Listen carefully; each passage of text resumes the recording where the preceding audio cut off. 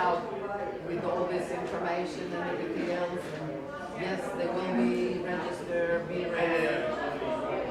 Because some people are having meetings in the early afternoon in Australia, so when that finishes, a couple hours later, this webinar starts. So whether they'll be interested, it's really, yes.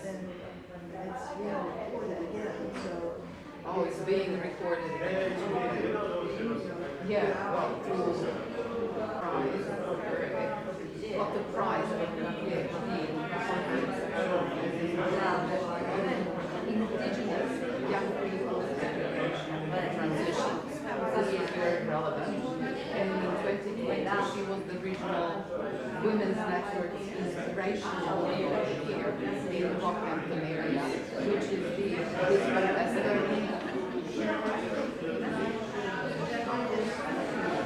Okay, give people enough time. Okay, so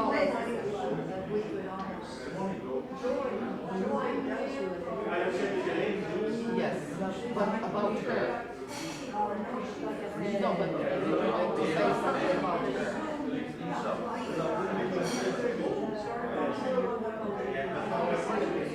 Yes. Okay. So for Asian Pacific network, there's women, doesn't matter, whatever.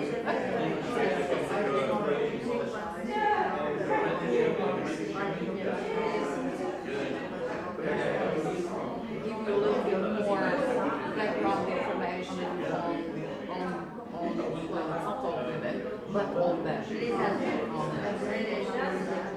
Yeah. Then you'll see where we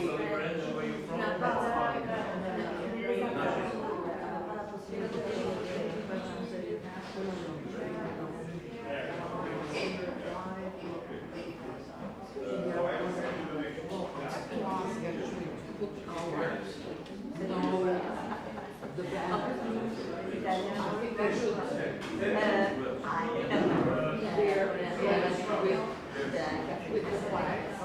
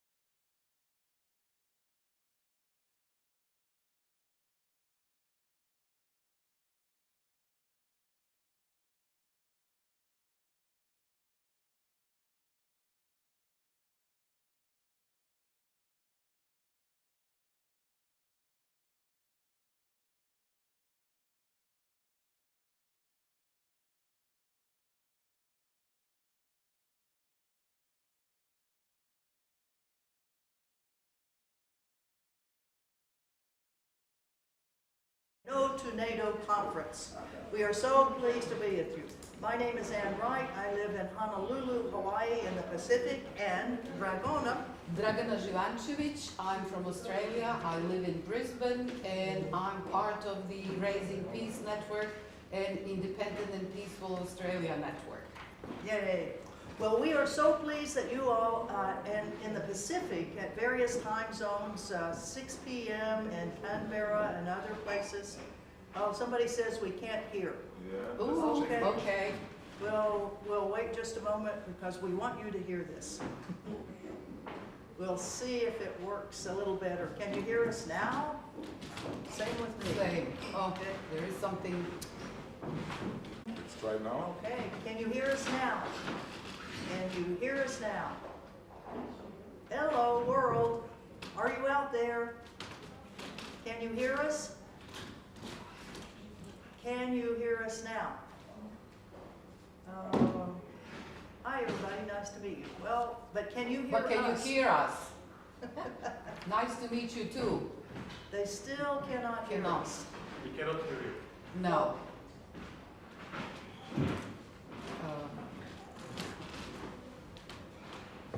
Maybe we run Is the microphone do it switched the on? other way, run the thing and then if they can see the webinar, and then we do it back. I think they'll get it fixed. Okay. Oh, yeah. These guys know everything. Fantastic.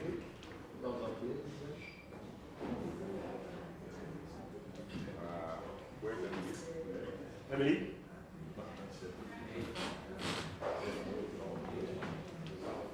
At least you're seeing my shirt. Oh, that's. Yes, to peace. I got this in Beautiful. Dublin. Oh, the Irish are very. It's such a nice T-shirt. Oh, I really will. It's great. The branch where I come from.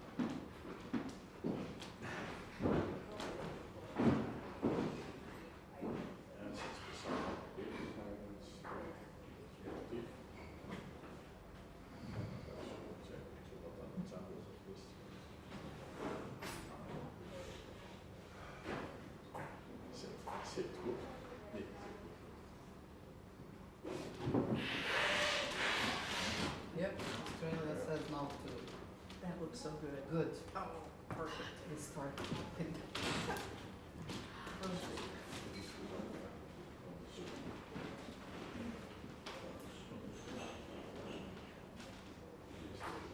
Now you can open the mic.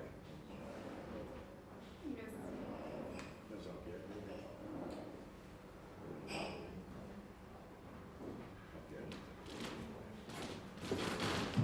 Can you hear us now? Oh, great. Wonderful. Sorry for the hiccup. No problem. But let's see, where do we, oh, we're up here. Let's see if we can get us on. Us. Can you get us on when we greet? Pablo, you are on the screen now.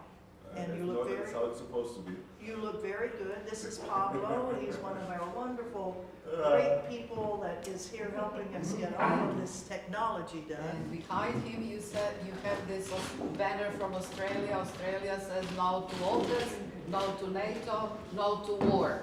That's right. Now you are. Oh, now we're Good. here. Okay. Well, again, we want to thank all of you all for joining us in Global Women Say No to NATO. We are live here in Brussels, Belgium, with an audience here, and we welcome all of you 19 people right now who are online watching us around the world. In Asia and the Pacific, in particular in Australia, it is 6 p.m. So we thank you all for joining us on Sunday at 6 p.m. It's Saturday at 10 a.m. here in Brussels. My name is Ann Wright. I live in Hawaii. I'm a member of Hawaii Peace and Justice and Veterans for Peace. And Dragana, please introduce yourself. Dragana Živančević, I'm from Australia. I live in Brisbane, and I'm from Raising Peace Network and from Independent and Peaceful Australia. Well, we thank you all for joining in. This is the second day of our conference. Yesterday we had a very full day. In fact, all of us are kind of whew, because we had wonderful webinars, so we hope that you watched some of those. A delegation went to NATO headquarters and told NATO what we thought they needed to do to improve everything, which was essentially close it down. No NATO, no wars. And today we have a whole series of webinars. This one on Asia and the Pacific, and then it's followed by Latin America, followed by the U.S. and Canada. So we hope that you will tune in all day long and listen to the wonderful, wonderful speakers that we have all around the world that are talking about NATO and its negative impact on them.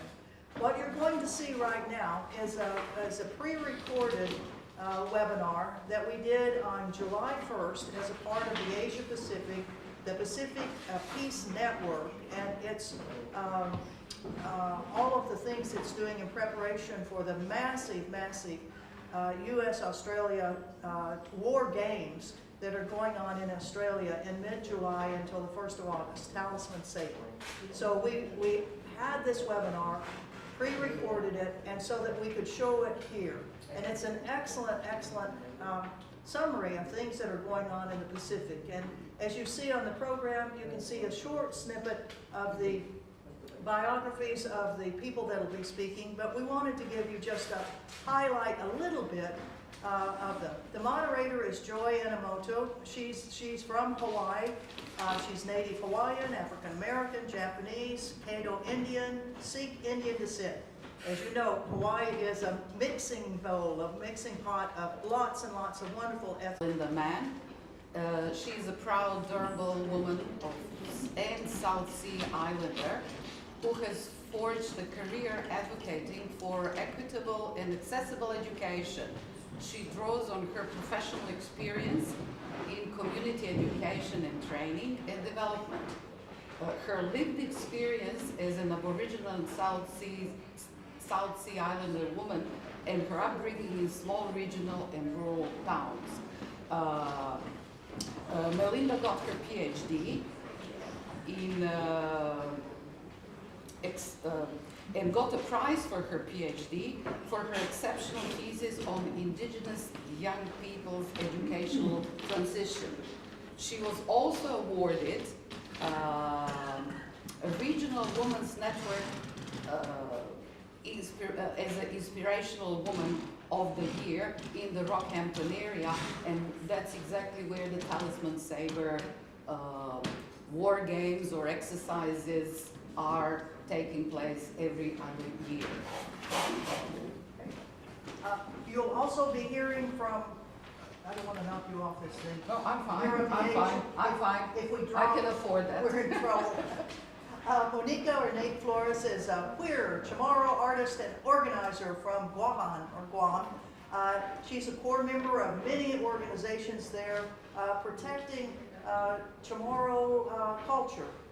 She is a part of the Pruhi Liatan, Save Riatan, and Independent Guahan. Thank you. Another speaker in the webinar is Sung Hee Choi, joins the struggle opposing the Jeju Navy base and militarization of Jeju. She has worked for the Village International Team, Ganjengo Peace Network, Association of Ganjengo Villages Against the Jeju Navy Base, People Making Jeju a Demilitarized Peace Island, Inter-Island Solidarity, etc., etc., and is part of a Korean board member of Global Network Against Weapons and Nuclear Power in Space.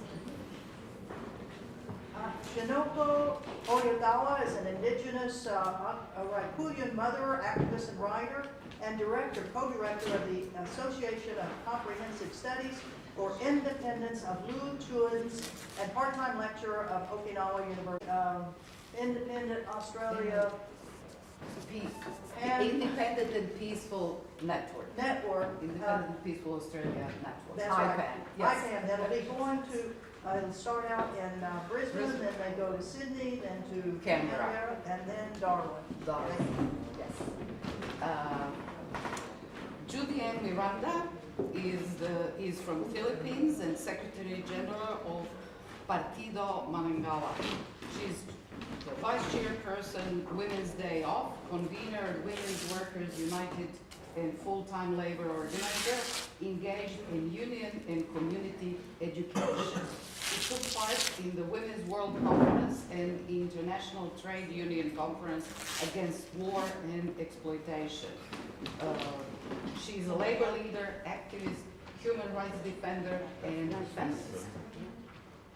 And the final speaker will be Analawaka Lele from Hawaii.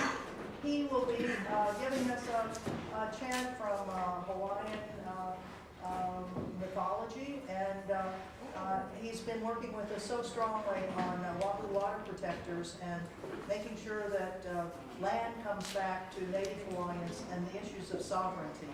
So with that, those are the people you'll be hearing speak. If you have some questions for them, please put them in the chat. This video is about an hour and 40 minutes long, so we'll have a few minutes at the end of it and we will try to answer your questions, but please put them in the chat. So we welcome you all and are glad you're here with us with Global Women Say No to...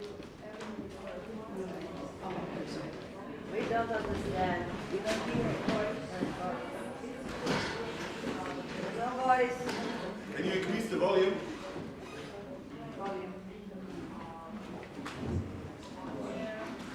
And this is Joy Inamoto.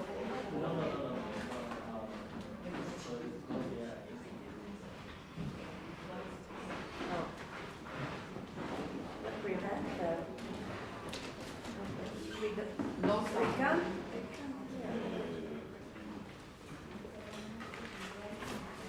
Kudo, can you check? There's no voice coming anymore from over there.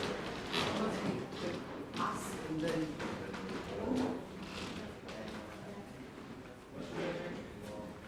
Hold on a second.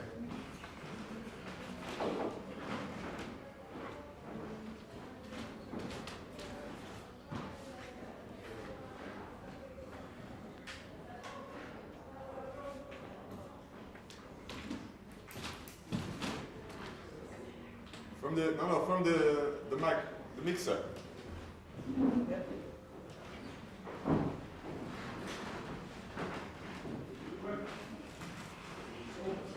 Is a long-time demilitarization organization in Hawaii. We are committed to a de-occupied Hawaii. Voices against, her voices from the Pacific against militarism. My name is Joy Honani Inamoto, and I am hosting. I'm the moderator for this from Honolulu, Hawaii. I am the executive director of Hawaii Peace and Justice, which is a long-time demilitarization organization in Hawaii. We are committed to a de-occupied Hawaii, and I will be introducing our panelists today who will be speaking to you about some of the major issues that are impacting the Pacific right now. And after their short presentations, we'll enter into just a dialogue for about half an hour. So with that being said, I'd like to first introduce our first speaker, which is Dr. Melinda Mann. She is from Darnball country. She's Aboriginal South Islander in Australia. And I will let her take it away. Thanks, Joy. Can you hear me? Yes. Okay. Yep. Cool. Good morning, David. My name is Melinda Mann. I'm an Aboriginal woman from Australia. I'm from the Darnball Nation and a South Sea Island woman with roots back to Ambrym and Gower Islands in Vanuatu and Lifu in New Caledonia. So for those of you who may not be familiar with South Sea Islanders, it's the name of the specific group of people in Australia who have descended from the Melanesians who were slaves, kidnapped, taken, exploited from the South Pacific by Australia, and were predominantly taken from Vanuatu, the Solomons and New Ireland. And the whole purpose of the Pacific slave trade was to work clearing land and clearing land and building sugar and cotton plantations in Queensland, Australia, because that type of work at that time was deemed not suitable for white men to do in tropical humid environments. So they brought in the Pacific Labour Force to do that work until the farms were operational, and settlers needed jobs. So in 1901, deportation of islanders commenced under federal government laws. My father's an Aboriginal man, part of the Darumbal Nation, and I'll be talking a little bit about that. I live on my homelands, and I was raised by my father's family. I live on the east coast of Australia, and which is and directly west of Vanuatu, if you can imagine where both places sit on the map. I want to use my time today to really briefly about a couple of Australian Defence Force initiatives, namely Talisman Sabre and AUKUS. I also want to share some of my thoughts on Australia's foreign policy and trade considerations, and Australian climate policy, just a little bit. I'll weave through, probably most importantly, some Indigenous people's context from this part of the world in each point, and I'll close with some concerns that I have with the trajectory of what we're seeing here unfolding in Australia. So in 2005, and in response to counter-terrorism, the Australian Defence Force and the US military launched a joint biennial multinational military exercise called Talisman Sabre, which some of you may be aware of. The very first exercise was planned in 2003 and conducted in 2005 across about 6 locations in Australia and the US, and I think including Hawaii, and involved 16,000 troops. In a couple of weeks, the 10th exercise of Talisman Sabre will commence, with about 20,000 military personnel from 13 nations, with additional nations participating as observers. It's not the biggest in terms of military personnel. I think a few years ago we had about 34,000 military personnel involved in the operations exercises. But this is the first time so many other countries are involved. So this year, Fiji, France, Indonesia, Japan, the Republic of Korea, New Zealand, Papua New Guinea, Tonga, United Kingdom, Canada and Germany are involved. Observer nations are the Philippines, Singapore and Thailand, and the exercises are usually covertly observed by China. Talisman Sabre is the largest exercise operation of the Australian Defence Force, and the main purpose is to test various defence systems, including command supports and sonar systems which are tested in the Coral Sea, as well as testing new weaponry or changes to weaponry in vehicles, land vehicles and sea and aircraft. The main location for these military exercises, including those that predate Talisman Sabre, which used to be called Exercise Kangaroo, weird, but anyway, is Shoalwater Bay here in Australia, which is known as Shoalwater Bay Training Area, and to us it's Coonabarra, the place of my ancestors. My clan in particular experienced many massacres when settlers first came to our land around the mid-1800s. So on Darumbal country, we had thousands of our family killed by settlers at the same time that they were exploiting the Pacific and bringing Pacific Islanders in to work the lands that Darumbal people were dispossessed of. One of the valuable things about Coonabarra country is sand. In the 60s and the 70s, our lands were being surveyed for potential sand mining, and this would have led to a significant amount of devastation of our sacred sites, and particularly the sacred sites of my family, but also the destruction of pristine environments, so freshwater creeks and mangroves, an enormous amount of dugong populations in that particular, as well as estuaries and coral reefs. So our elders fought against the mining of Coonabarra country, and the only available option to save our country there was, including the sacred sites, was to allow the Australian Defence to use it. So as I mentioned, in 2023, the 10th operation of the Talisman Sabre exercise on our lands that are still grieving. In 2019, my nation, Darumbal Nation, signed an Indigenous land use agreement with the Australian Defence Force for continued use of Shoalwater Bay for military training exercises. And that agreement gives us access for ceremony and for cultural heritage purposes. And it also provides finance for education and elder support. But like people everywhere, Darumbal have had to negotiate for the best of the worst deals to protect our sacred sites. And this comes at the cost of other Indigenous people and their lands and seas where we see Australian and the US governments operating military bases across the Pacific.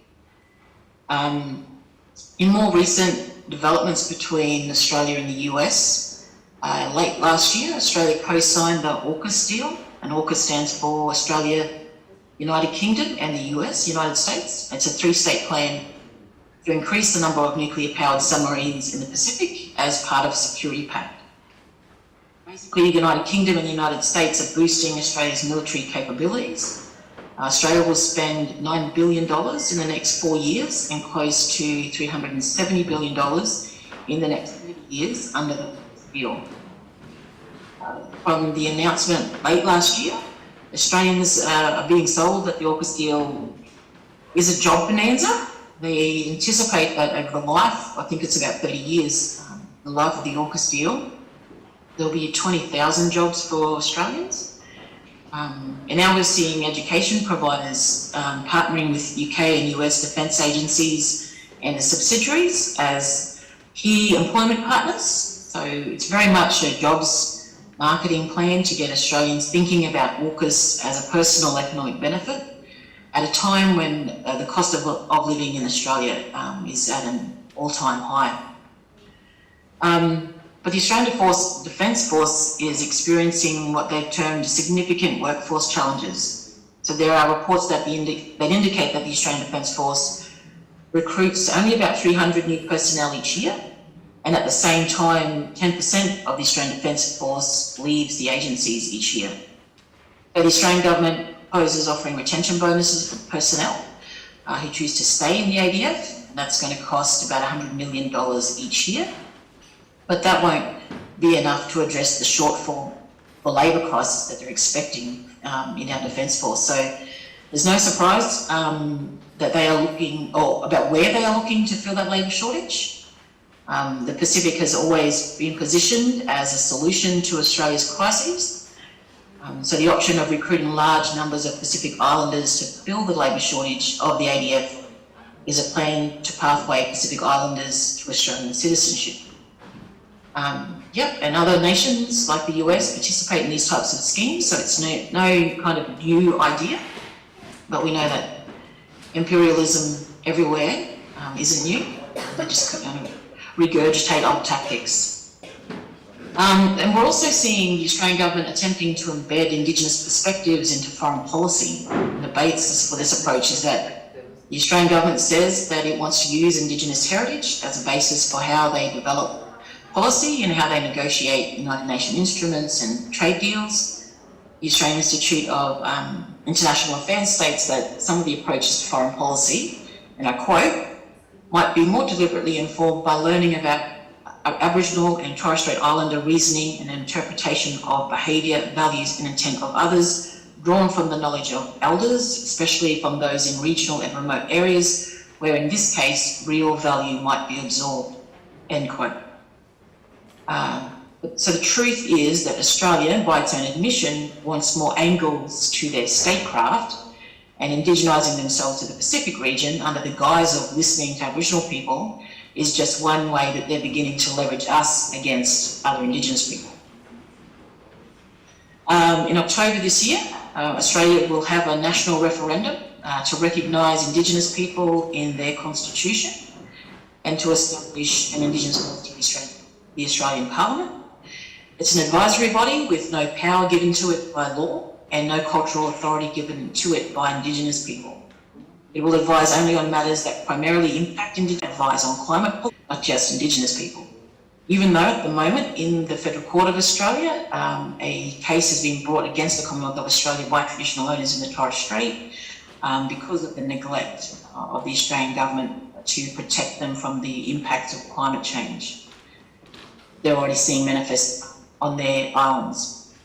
So we're already seeing how they can manipulate our voices into one single voice to say the things that we want to say, or the things that they want us to say about the issues that they want us or will allow us to speak on.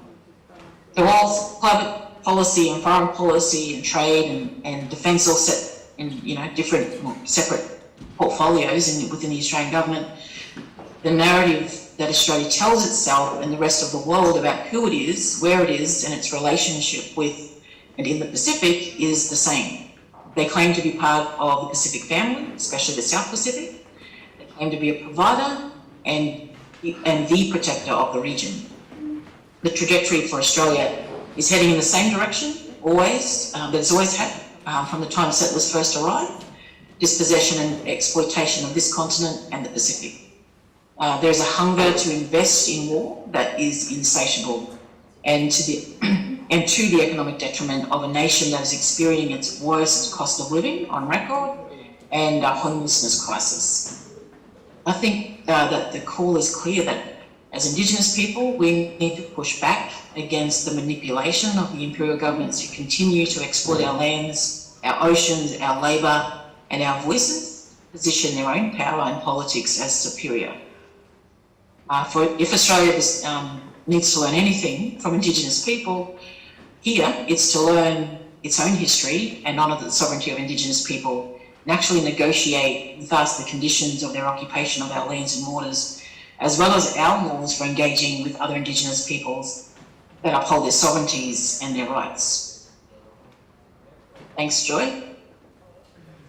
Thank you, Melinda. That was amazing. Thank you so much. That gave us a great beginning and grounding, particularly for a couple of our next speakers who are going to be traveling to Australia.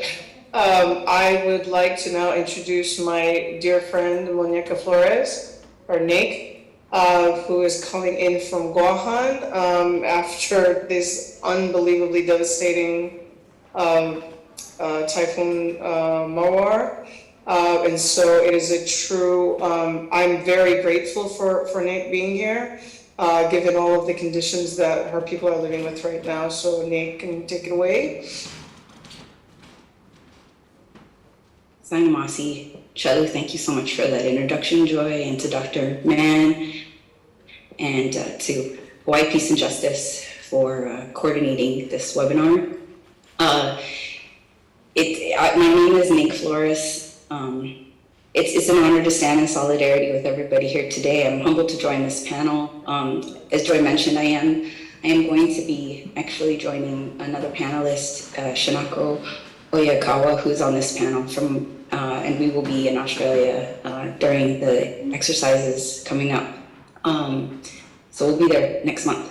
I'm humbled to join all of you to cancel these war games and war games in the Pacific, and for peace and genuine security in all of our homelands. Again, my name is Nick Flores, and I'm speaking to you from Guahan, or Guam, in the Marianas homeland, or Laguastangani, the homeland of the Chamorro people.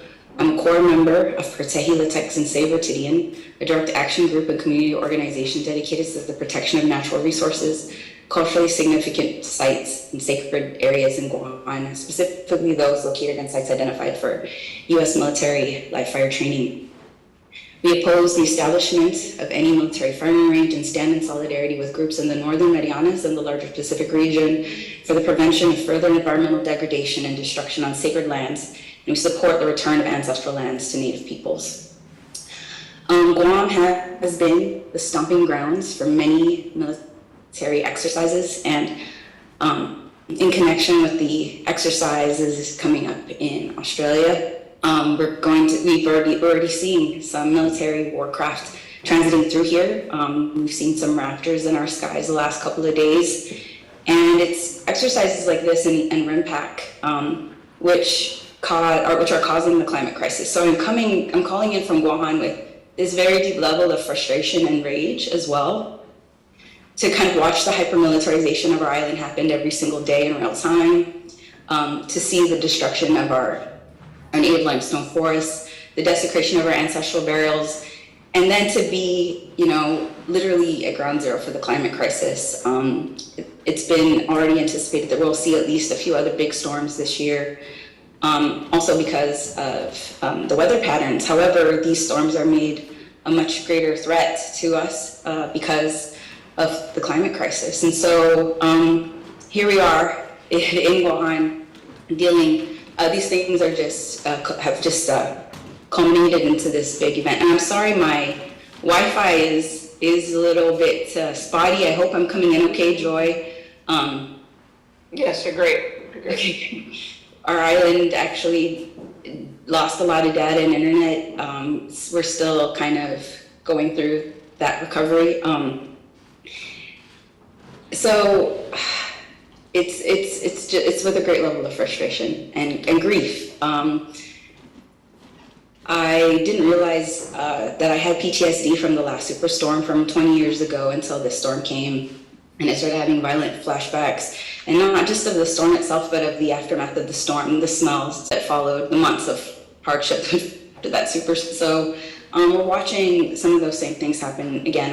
Some of those same experiences are happening again here at home.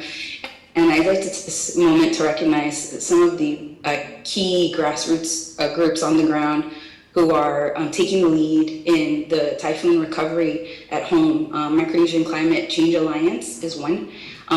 And I'd like to actually share a link to their mutual aid campaign in the chat. I think, oh, that's for hosts and panelists. Sorry, let me send. I'll put it in for. We'll put it in for everybody. I also here, and I'll also let's see. I just want to screen share them really quick. This is. I'll share this link very soon. Another group is NIHI. NIHI has been doing a lot of important work. I'll share their link here as well. NIHI has been doing a lot of focus in an area where there are non-Chamorro Micronesian Islanders who have settled. The whole area has been flattened, and it's going to take a massive amount of effort to clean this up. Unfortunately, what we have also been experiencing is that there's been a lack of availability of trucks, of trucks to haul away debris, of a lack of dumpsters. The whole island is at a shortage. But one place where you will never see a shortage is on the bases, where all of the construction continues to happen.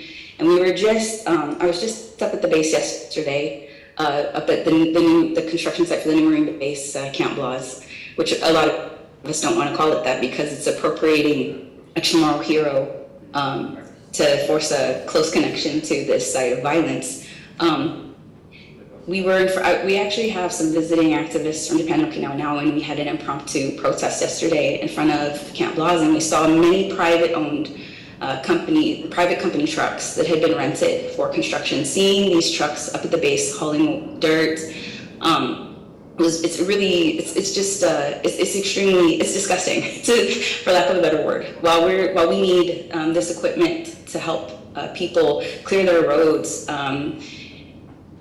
clear their homes. A lot of people lost their roofs, they've lost everything.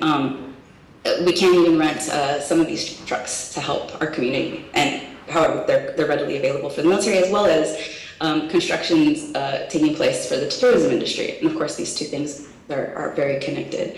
There's another place that's really close to my heart that I want to mention, which is the Cultural Center, which sustained a lot of damage. The Southern Culture in Chamorro is a sovereign cultural space which focuses on different traditional practices and contemporary cultural practices as well.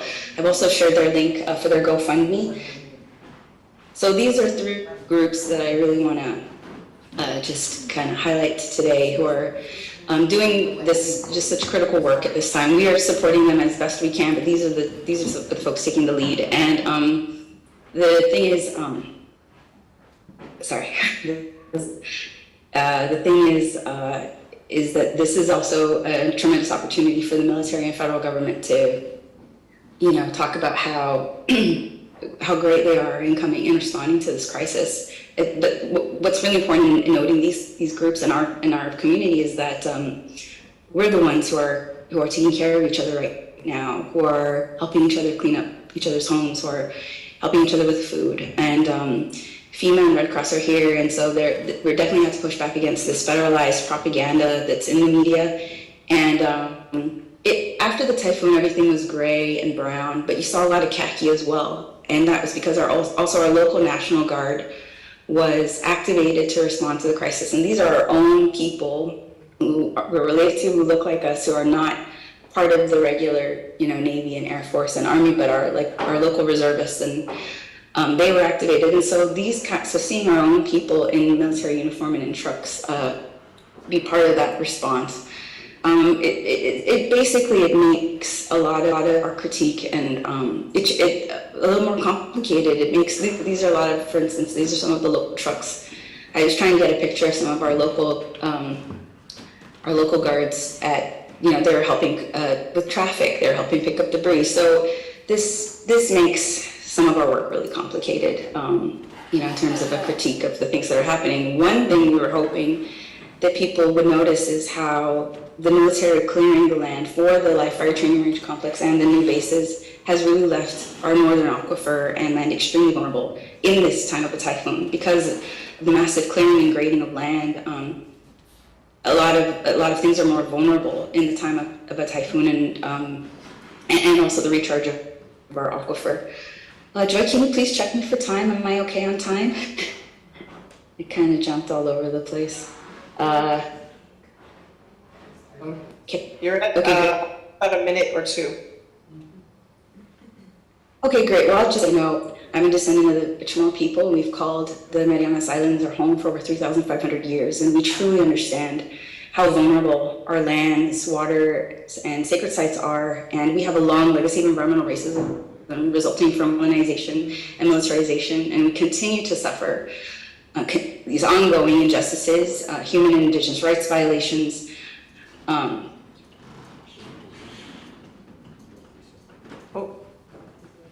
little bit frozen. To call for the end of these horrible games that are okay. Am I back? Yeah, you froze right at the end. Yep. Okay. So just say that last sentence one more time, and then we can move to the next. Sure. Sorry about that. Yes, it's my it's the internet here, which is not steady. But we stand in solidarity. We're coming up to also. July represents a very challenging time in Guahan where we're looking at the violent recapture, or what we call the reoccupation of Guahan during World War II. And this is a time we commemorate a lot of the horrible tragedies our people experienced, whether it was forced march, forced labor, torture and mutilation, murder, rape, in various sites of Guam. And so this is a heavy time. We're carrying a lot of grief from the typhoon. We're carrying a lot of grief with just the state of the world, and but we gather a lot of strength and hope in spaces such as this, and in ways we connect and our struggles are connected. And so grateful for the solidarity. Thank you, Joy, for hosting, and thank you to all the panelists for being here today. It's an honor to be here with all of you. Yeah, it does get complicated when we see our own people having to clean up the mess that is, there's just so many levels that are hitting there for me. And I did think about that immediately when, with all of this so-called security, 90% of the heavy lifting of taking care of the island really did fall on its people, as always. So what's secure? What's security? These questions really hit me very hard when that happened. So thank you. And speaking of internet challenges, I'm going to be sharing Judy and Miranda, who's coming up next. I'm going to remove this spotlight on you, Nick, so you can chill out for a second. And I know she's here, but she's having a little bit of issues with internet, so I'm going to share the video that she pre-recorded. So let me just get a second to share that screen, and hopefully it'll run smoothly.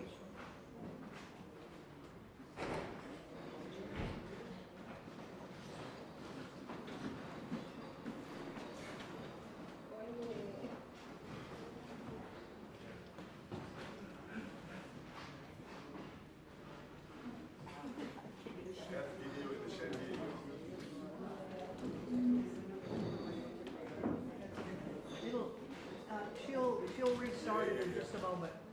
So, They will just let it. yeah, just leave it, It's and their she technical. restarts it. Yeah, Joy. There we go. Thank you. People can't hear this? No one can hear it yet? Well, that's part of Is the it, free were people recording. able to hear it, not hear it?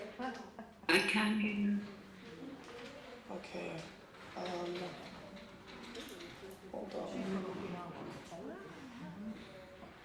This is something that always happens.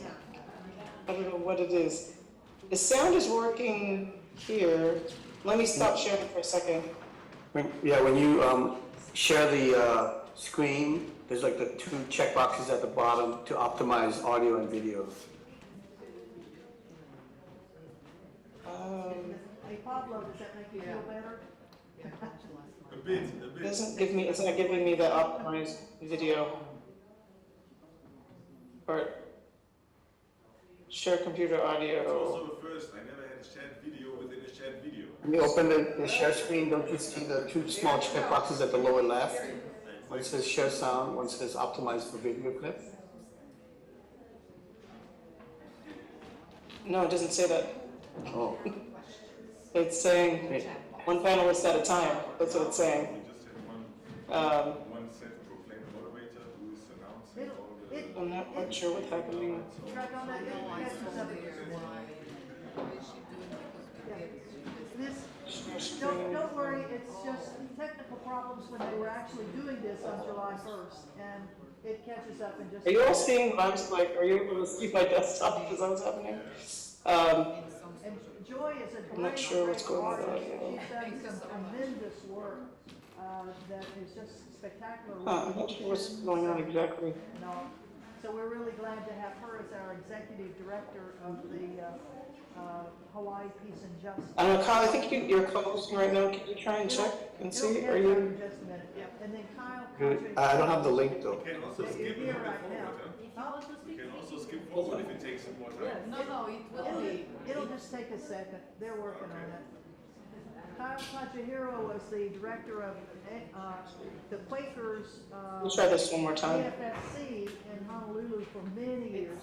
And if you ever come to Hawaii, he does what's called the detourization tour of Oahu, to take you to the military bases and let you hear what all is going on at those places.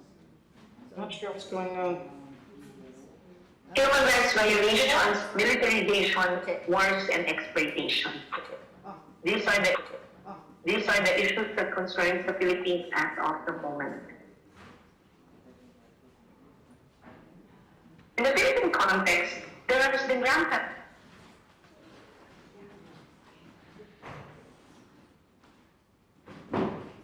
and widespread human rights violations, abandonment of state accountabilities to human rights, entrenchment of immunity, and democratic decay.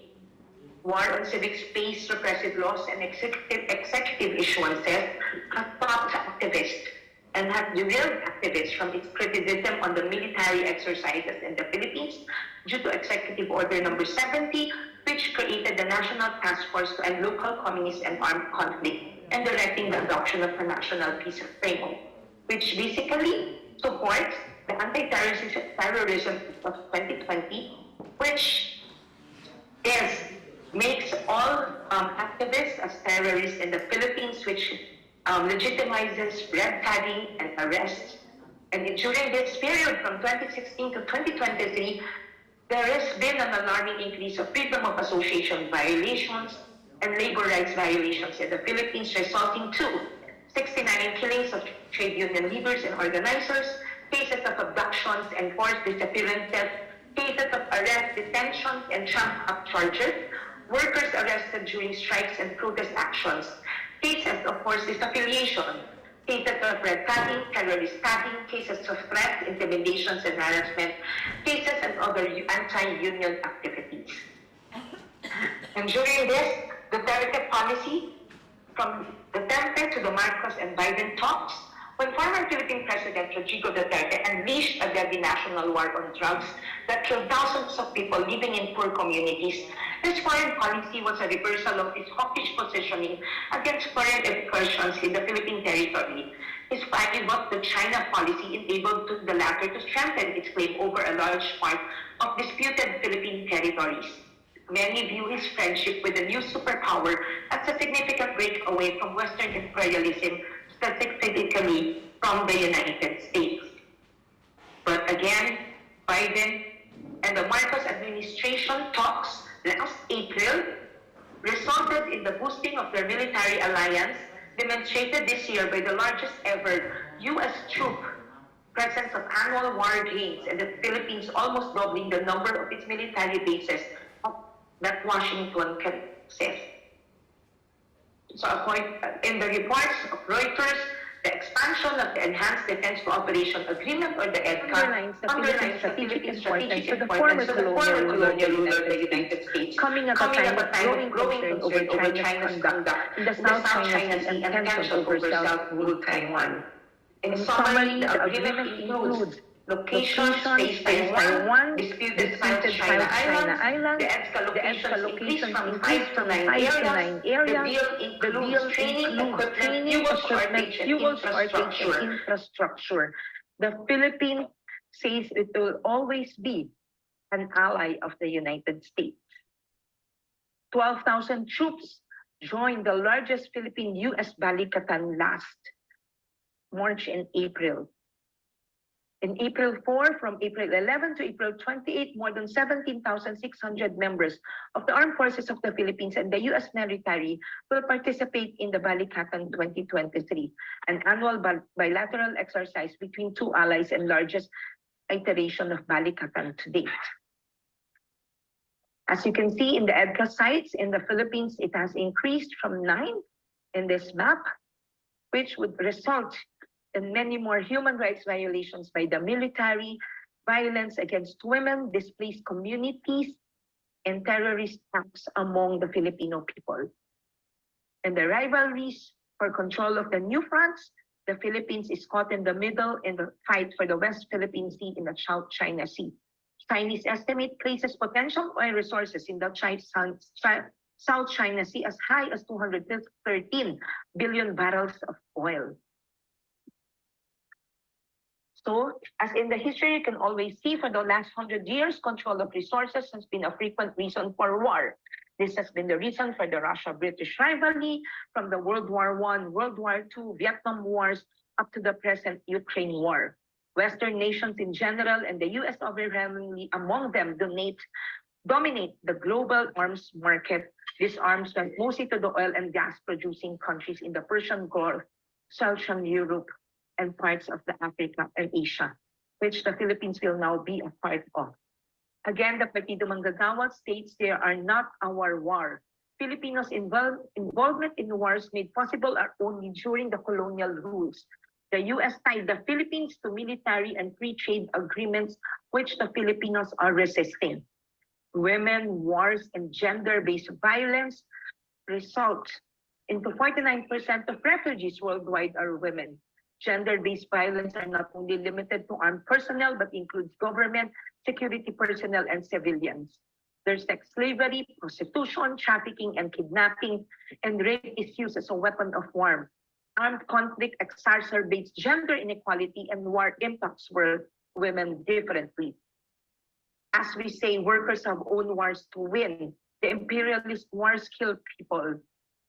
So our campaign is to workers to have their own battle to win. Our battle to increase wages, our battle to stop contractualization, our battle to ensure that workers' lives as a life of dignity. So in this campaign in the Philippines, we have done Filipino women and youth voices against militarism in war. We have Filipino youth voices against militarism, war, and exploitation. We have Filipino women unions that voices that jobs not war, no to militarism.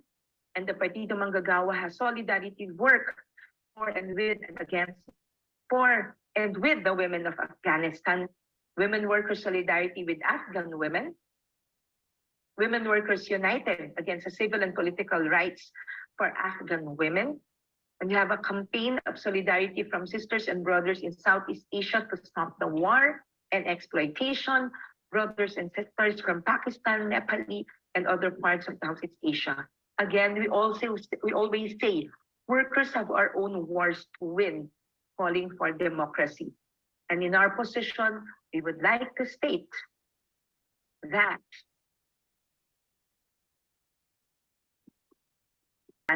would want to go to war or incite nations and their people to make war with each other. This is the logic of things about militarism, whether it's done on a global scale or in specific region. It is because powerful empires make sure that their global economic interests are protected by superior military power, since international trade is often done by way of imposition rather than by the free will among free nations. It is no overstatement, therefore, to say that the rise of imperialist wars is made possible only by means of war, as there is no single nation that rose this level without having to go to war with other nations.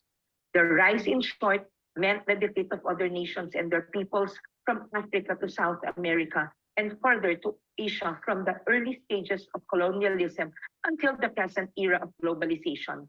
In fact, the two world wars were the bloodiest and ugliest form of confrontation among great powers, all in the name of world peace. But deeper examination would show that the main motivation behind all these wars is control over markets, as well as the supply of slave-like labor from the south to the north.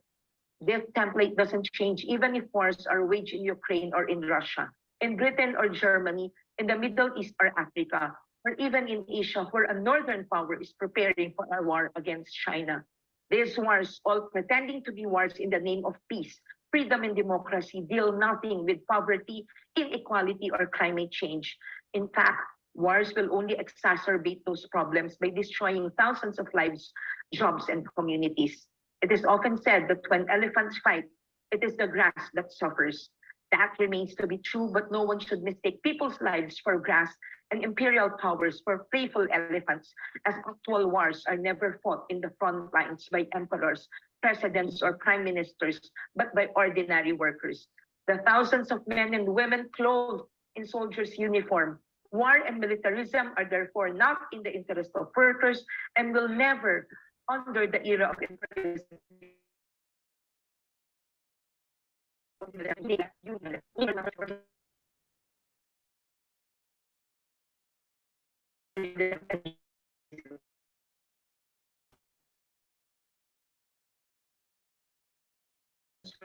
no longer exist amongst equals. So again, our call from the Partido Manggagawa: stop militarization, no to war and exploitation, unity among and solidarity among nations against war. Mabuhay! We were joined yesterday at our rally by several groups from the Philippines. Was amazing. I loved that. I'm like ready to go do some stuff right now. I love that she brought the frame of the work of workers back into this conversation. I think that many times the language of the worker, of labor, when I saw that statistic of 69 killings of trade union leaders, that is a war on workers. And that is also, we know that the military is here to keep those trade lanes open. So everything that she's speaking to, workers we have our own wars to win.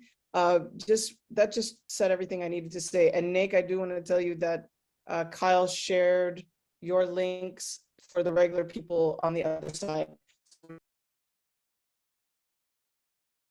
And thank you again to Judy and Miranda. That I was really moved. I'm like ready to go do some things right now. So that was really moving.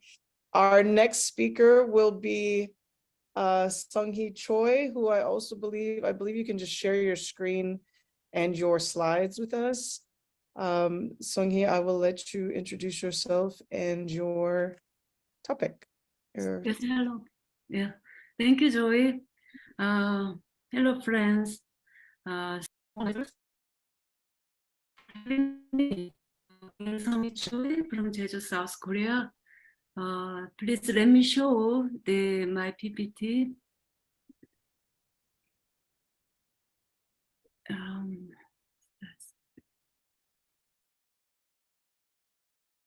Okay. Okay. So this time, I would like to share how the division of Korea, how the Korea's current state of still war, technically at war, affects the peace of the globe and the region. I am from Jeju, South Korea. I have been living in Jeju for more than 10 years to join the struggle against the Jeju Navy base. But today, I talk not only about Jeju, but whole Korea. Okay, so let me start with what's happening this year in South Korea. On July 27th, it hits the 70th year of Korea war armistice, as well as ROK United States alliance. And according to the armistice agreement 70 years ago, the both parties were supposed to withdraw from all the areas of the war field within 10 days, but it did not happen. Instead, we have the ROK-US Mutual Defense Treaty, which entered force in 1954, and by the treaty,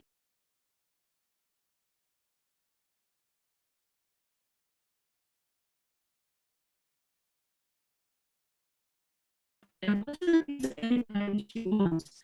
And in South Korea, there are about the 700 US. The situation of the South Korea is that because it's still technical at war, it justifies the existence of the UN command, which is illegal basically. And then its membership includes around 15 nations, and of which around 11 nations are NATO membership countries. And its real command is located in Japan. There are 7 bases of UN command in Japan overall.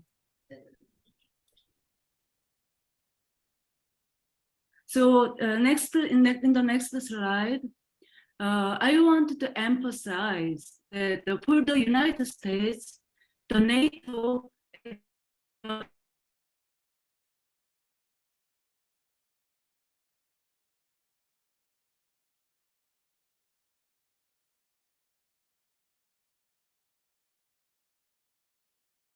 Declaration, which happened on April 26th. According to Washington Declaration, those 2 summits, they agreed that the U.S. strategy such as the nuclear submarine would regularly visit the South Korea port in the future. And after that, we have nuclear propelled the cruise nuclear submarines, but not yet the U.S. strategic submarines Ohio class. If it comes, it would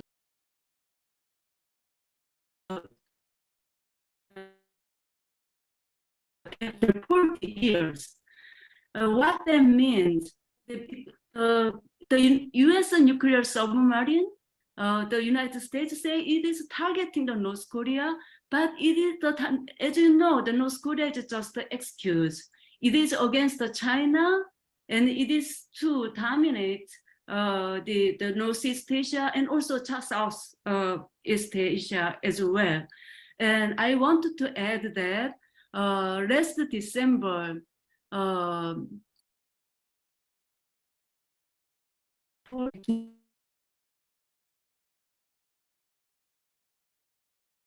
it is 2007, something like that, and it is the only and the first Asian country to join NATO Cyber Defense Center last year. So if you see the the flags in your in the right side, I wonder whether you can see the South Korea. It could be covered right now, but anyway, and the South Korean President Yoon Suk-yeol, he was the first the South Korean president to join the NATO summit last year, and he joined the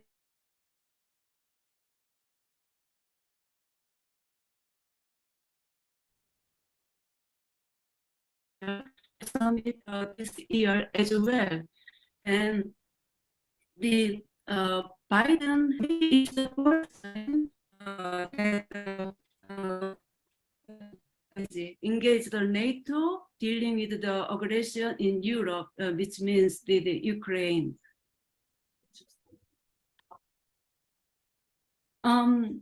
So what we notice is that the latest war exercise, which is mostly multinational war exercise,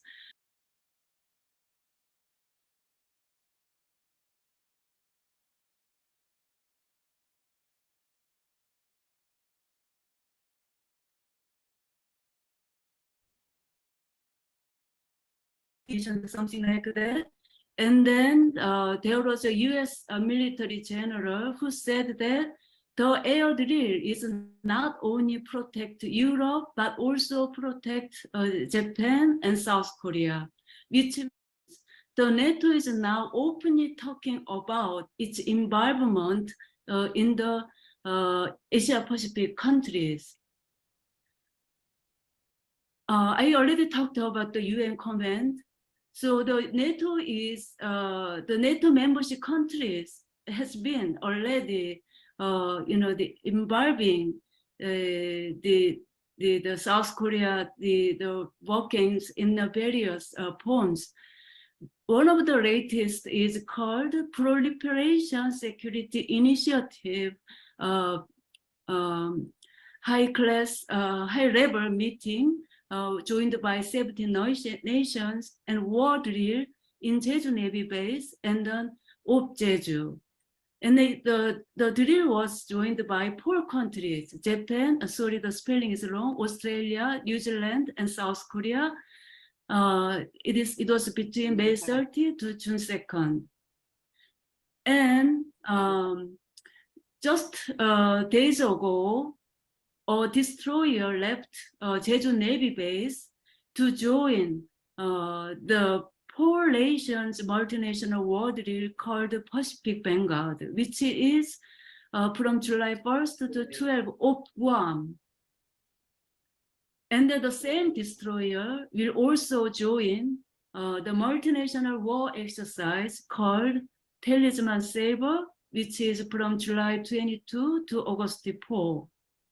And then South Korea sends a giant amphibious assault ship and its vehicles, and along with 740 soldiers.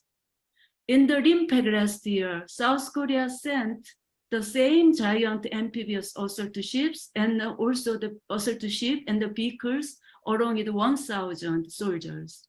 So it's similar to the size of the RIMPAC.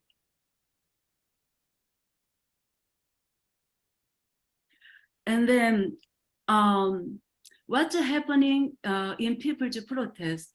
Recently, the Wall Street Journal published an article that now the SAD system was completed in South Korea, despite people's, the 7 years struggle.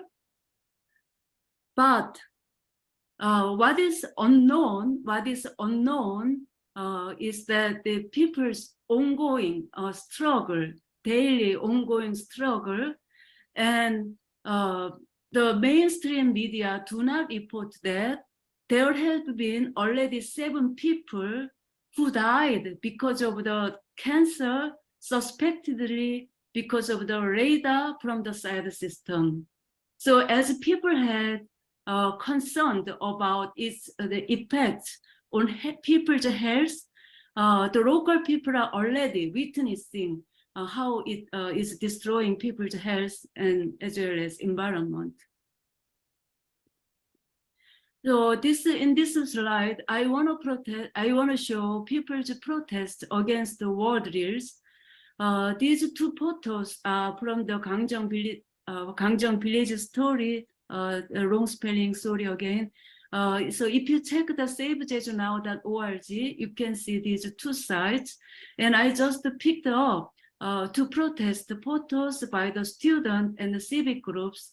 In the right photo, you can see that the civic groups, directly, the facing the military vehicles. In the last slide, I want to share the people's daily protest in front of the Jeju Navy base.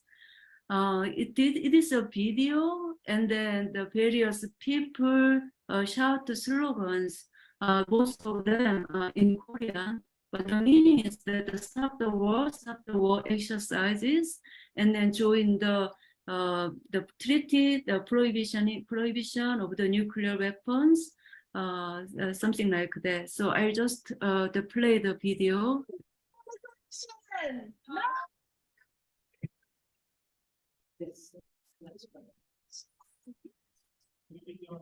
Can't hear it. I can't. Okay.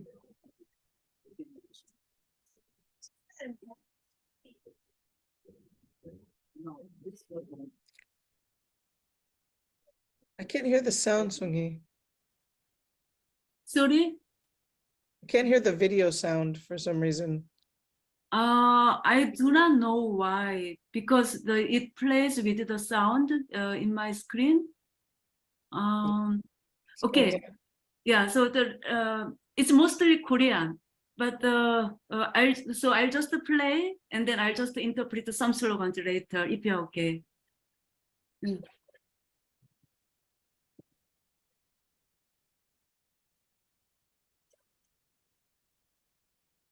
Well, there's no sound. This is one of the most dynamic groups you'll ever be with. If you can get to South Korea, one of the Jeju Island is remarkable. These people Could you hear me? So could you hear me? So we are shouting the stop the war, stop the war, and then stop to speak anger, for example, and then the join the treaty of the prohibition of the nuclear weapons. And then Joy, I wonder how many minutes I have. You're just about at time, maybe one or 2 minutes. Okay, so in the 1 or 2 minutes, I wanted to say that the danger of the nuclear war is growing, not only in Korea but also in the region.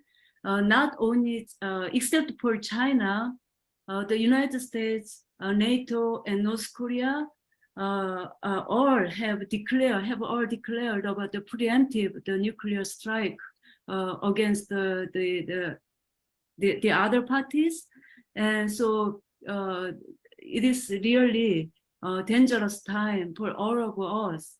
And then I was so sad when I heard Moaneka about the climate crisis, but we also have a task about the stop the nuclear war. So we have many huge tasks. Thank you, everybody. Thank you. Thank you so much. Thank you so much. Can you stop sharing your screen? Yes. Can you stop? Okay, the whole desktop.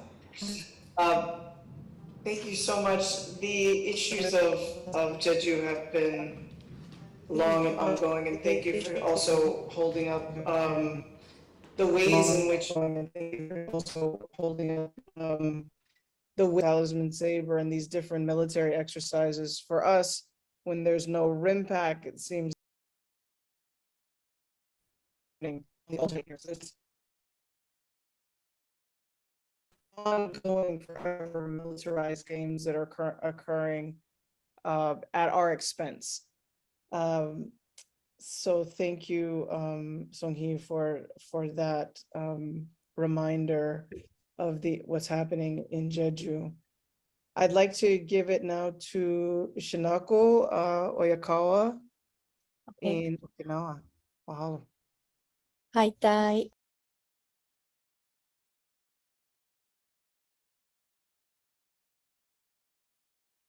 Okay,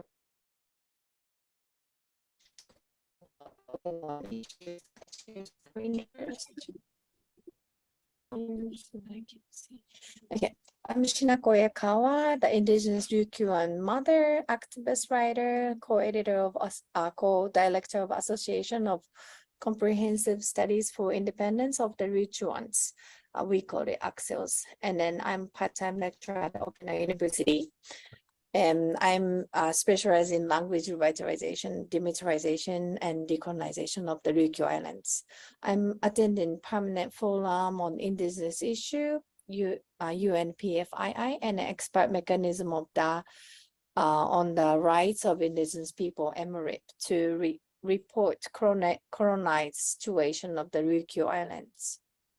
So maybe some of you already know about Ryukyu, Okinawa, and then some might visit it before, but Ryukyu is, it is known as Okinawa Prefecture now. It's in the middle of the circle, and it's located almost halfway between the mainland Japan and Southeast Asia, and has natural and then geographical characteristics that has been described as subtropical maritime climate. Ryukyu used to be an independent state, and it has diplomatic relations with Asian countries and then concluded treaties of friendship with Western countries in the mid-19th century. As you see, it's Taiwan is closer than Tokyo for us, and even like Manila is same distance as Tokyo. So we're in the Pacific, we're in Asia. It's now we have strong identity of Ryukyu Okinawa people, not as Japanese people. The Ryukyu Islands have been a colony of Japan and the US since the 1609 invasion of Satsuma Crane and the annexation of Ryukyu Islands by Meiji government in 1879. The Ryukyu people have become a stateless nation, and we have been subjected to discrimination, exploitation, and domination by both the US and Japanese government. Military bases in Okinawa were built for the Battle of Okinawa after Japan annexed the island. The battle was to protect mainland Japan, so more than a quarter of population of Ryukyu died in the ground battle. And after the war, Okinawa was under US military rule for 27 years, and many private lands were confiscated for the construction of the US military bases. The US military bases occupy, for example, 20% of Okinawa Islands and 83% of Kadena town. It's really, next to our like ordinary living. The presence of bases threaten our lives. Noise pollution threaten the running environment for children, and rapes and murders by the US soldier have been occurring. Military training caused wildfire, like sometimes military aircraft something, and now I'm at Okinawa International University, but several years ago, a helicopter crashed on the campus. So this kind of accidents is happening like everyday basis. And we also have environmental pollutions that is really serious, and we have more issues. Recently, we found out 450,000 people drinking water was affected by the contamination with PFAS. In 1995, a young elementary school girl was assaulted by US soldiers, and which made us Okinawan people raise more and more voice against the base. bases and for the reduction of the military bases. Result, the government say the Futenma base will be closed. And, you know, Futenma base is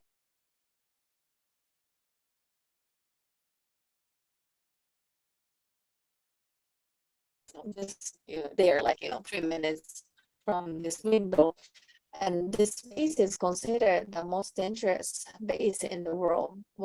And then the government said it's closed, so we were so happy. But later, it turns out that the base was to be relocated within Okinawa to Henoko, the particular place called Henoko, but it's only like a 30 minutes drive away from Futenma. So, but the Japanese government explained which, Okinawa's base burden will be reduced by that. Become some of the base will be relocated to Guam too. Okay, so Futenma base should be closed down, and so you're safe now. You're less burdened by disordered solution that's involving new base with Japanese tax to replace the old one, and then there is no guarantee that Futenma base will be closed and then returned to the people. And then forcing the base from Okinawa in other indigenous land in Guam. That is not a solution, as everybody knows. The Japanese government has been building self-defense force bases. So we are not just facing with the US military issue, but we are now facing the Japanese military issue. It's the self-defense force bases. The Japanese government are building, keep going, building the self-defense force bases on the islands of the Ryukyus, one after another. So far, one in Amami, Miyako, Ishigaki, and Yonaguni. As the Chinese threat has become increasingly loud in recent years. This is being done in the name of security, but the residents, we Okinawan people have not been fully briefed. The opportunity for the referendum has been taken away, and new functions not included in the plan, such as ammunition strategies and a missile defense system, like a new thing is coming. Just they first say okay, this is just for the people to station, but new option is coming, and it's never stopped now. So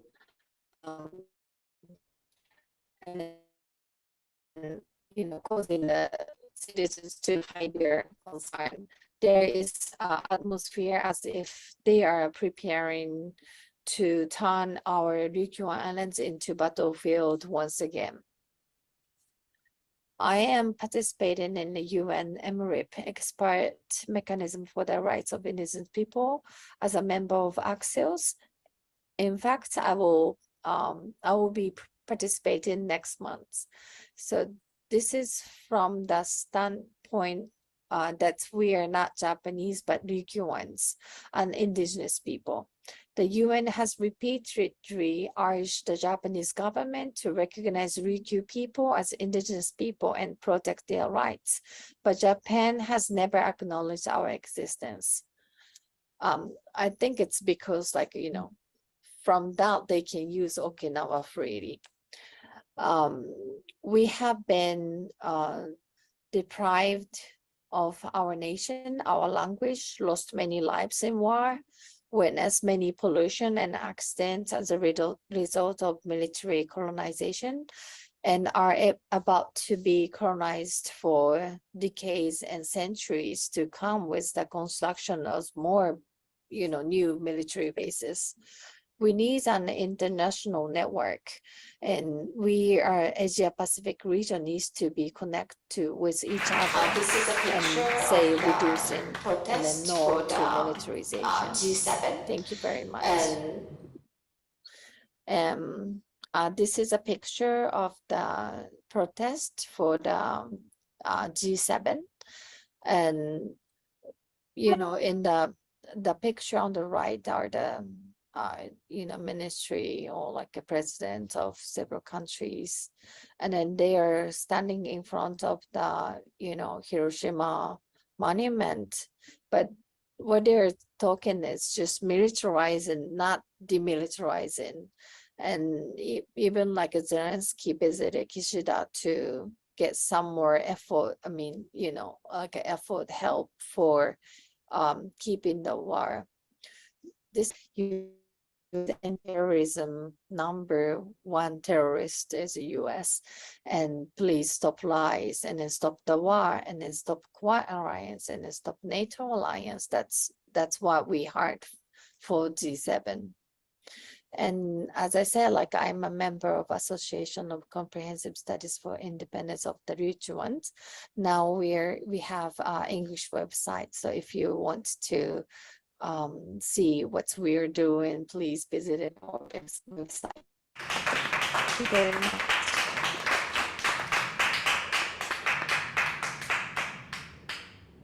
Thank you so much.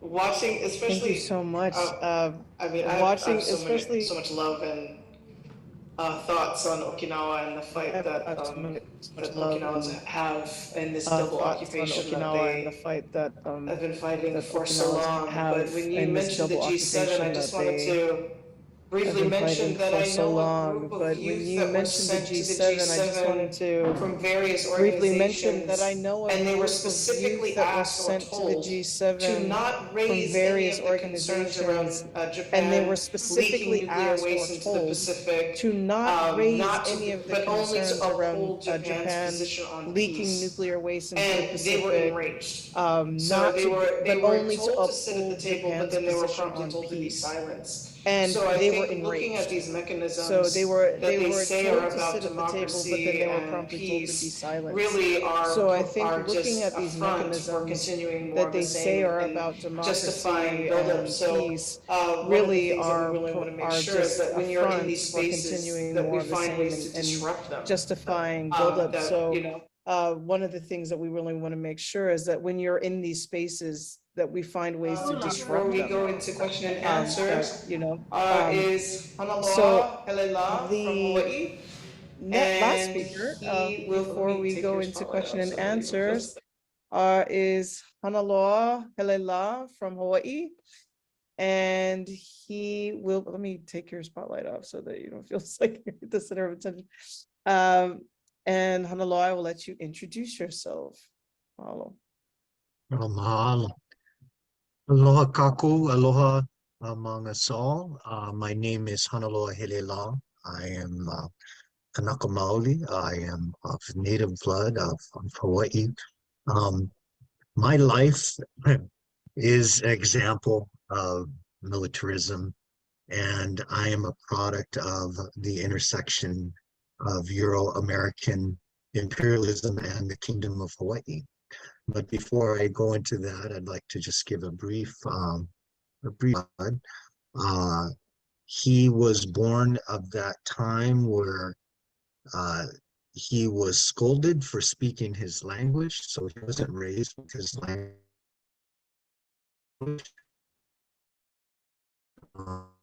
He was raised very poor, so at a very early age, he joined the U.S. military, as many Native peoples around the world, and including Hawaii, do after being colonized.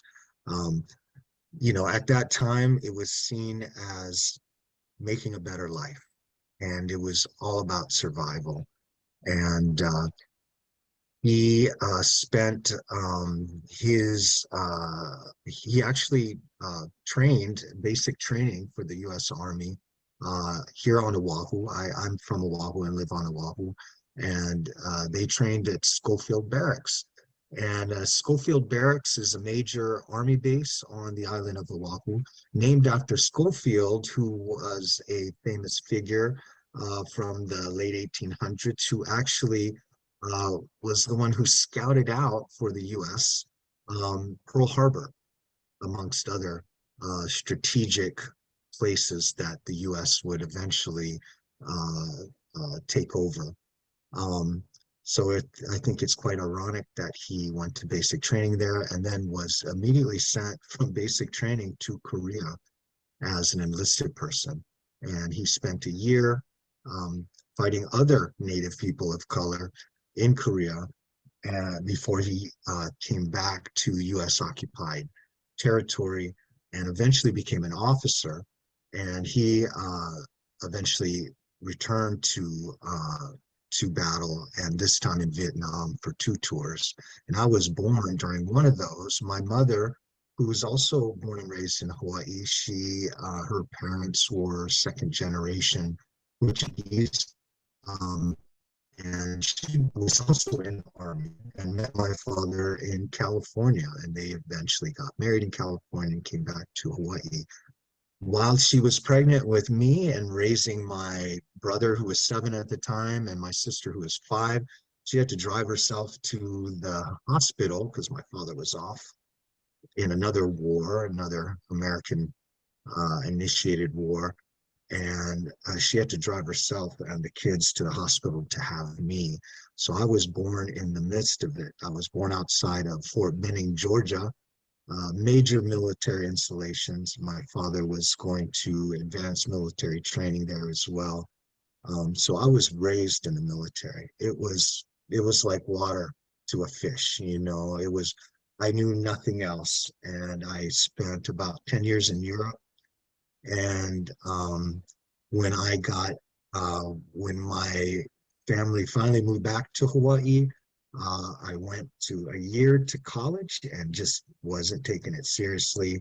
And I ended up joining the military myself, and I joined the Air Force. So it's been a big part of my life. I didn't question the military until actually I was stationed in Greece. I was a young airman, and I was starting to meet a lot of folks who had different opinions, specifically Northern Europeans, Swedes, Norwegians, English, Irish, and Greeks. And I came to learn that a lot of folks outside of the US had a very different view of America. And this is kind of what I'd like to focus on, is being raised within America, especially within the military system itself, as first a military dependent and then as a military service member myself. The culture of the military is such that most people don't even question the idea of the US military and its presence throughout the world. I never questioned, and constantly bragging about America's strength and our power throughout the world.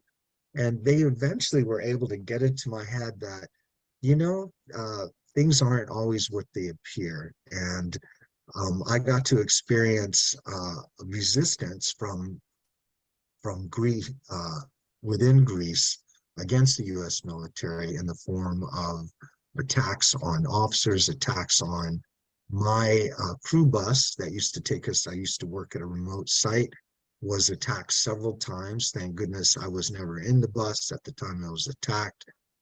There were several bombings during the time. I was in Greece from 1985 to 1988, and there were several bombings of various crew buses. They usually would hit crew buses, so we had to take a different route every day.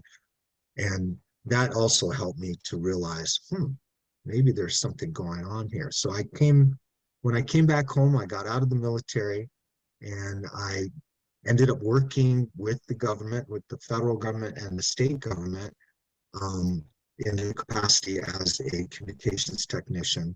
But my mind was starting to turn a little bit, and I was starting to question military presence, but I was still considered myself a patriot, a US patriot. Then I believe it was in 1991, Desert Shield began. And if you're not familiar with Desert Shield, that was the buildup to the first Iraq War, which was, the president at the time was first Bush Senior, George Herbert Walker Bush. And Desert Shield during that time. Even though I was starting to have some questions about military presence around the world, I got caught up in the rhetoric, as many people do. And I actually was arguing with my father, who was retired at this time, and we would argue about whether Iraq was a justified war to commence. And I was convinced it was. And it was basically because of the programming, the constant rhetoric that I was hearing from all directions. And I think he was learning at that time. He was starting to share things about Korea and Vietnam, a lot of regrets that he had. And then after there was a defense secretary, McNamara, I believe, from the Vietnam era, had later published a book that detailed a lot of the injustices, the fact that Vietnam was, the US staged Vietnam under false pretenses. And my father was really starting to question his role in the world, in the wars, both Korea and Vietnam. But I was still pretty firm on, I was going to go back into the military. So I tried to get back in. I set up jobs with the reserves and the Guard. I was still an inactive reserve, as they call it. When you go in the military, you owe as much time. When you enlist, you owe as much time after, in inactive reserve status, they call it, to be on standby to be recalled. Once the Iraq War, the first Iraq War commenced, they didn't recall the inactive reservists. So I engaged in trying to get a job over there. Oops. I got 2 jobs set up, which guaranteed me deployment to Iraq, because I had friends already shipping out. And then in the time when I was deciding whether I was going to go to the the National Guard or the US Reserves, I started to learn some of the other side of the equation. And finally, I came to the point where I realized I don't think this is a just cause. And I eventually, just to, sorry to make a long story short, I ended up becoming a conscientious objector at that time. And it was through this activism and through the peace movement that I was later introduced to the Hawaiian movement. I had no knowledge of the overthrow, no knowledge of the illegal US overthrow in 1893 of the Hawaiian Kingdom. And I only learned that through different activists that I met while protesting against the Iraq War. And then it became really clear that that I needed to follow this up, that US militarization of our planet, it's affecting every aspect of our lives. My whole life was a product of that. And so I threw myself wholeheartedly into the Hawaiian movement. So for many years, I've been involved in activism and demilitarization efforts.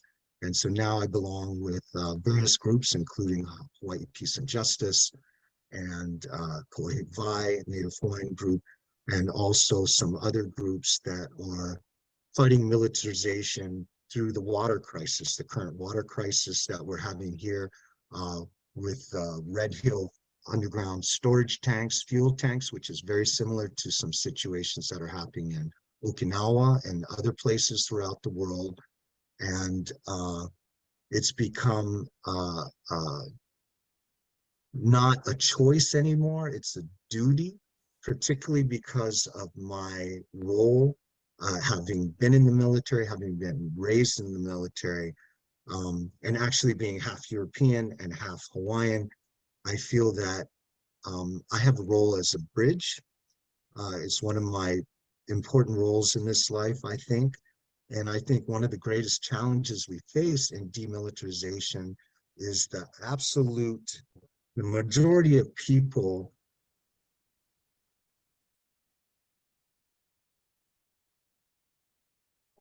Frozen.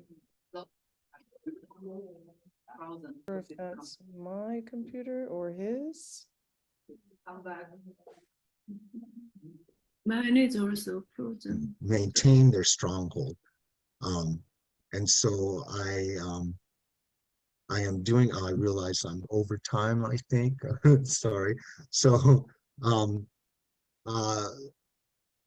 it's, as I said, it's not a choice, it's a duty. And I gotta say that it's an honor to be amongst panelists as yourself, very learned and eloquent in your presentations, and I just want to thank you for that. And I am proud to be amongst you as we endeavor, to try to push back on this militarism. And I think we got to do it from many different angles. And the angle that we're fighting right now, as I mentioned before, is trying to call out the military and hold them accountable for their pollution of our and contamination of our aquifer here on Oahu.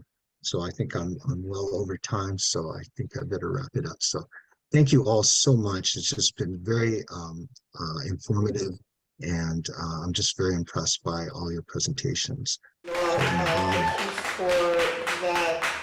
Thank you for the genealogy of how you got to know. Really intriguing I think that many of us have similar stories, that these stories are I think very that common many of throughout the us have Pacific, similar stories, that when we these have those stories are eye-opening moments. very common throughout the Now I'm Pacific. going to open it up for question when and we have answer, those but I eye-opening do, moments. before we get questions Now I'm from going to the open it up for audience, question and answer, I but I have do, a question before we get for questions all from of you, the audience, I have a that- question for because all of we you. do these webinars a lot. We do these talk stories because a lot. we do where these we webinars get a all of lot. this weight. We do these talk We get all stories this a lot heavy where information.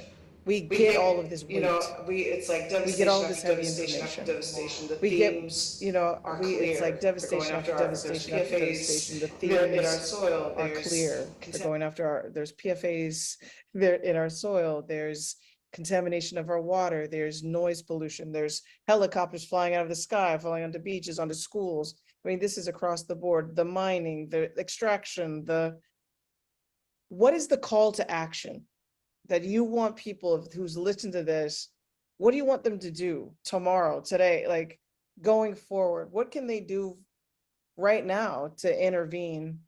That's the first question that I have. And then secondly, is there a win? Is there a story do you have a story that marks a win or some moment of progress that you see that we can have, that we're not just walking away, like that we're seeing the vision of what we're gonna have, what we need to have for us to thrive in the future? It's really easy to feel the weight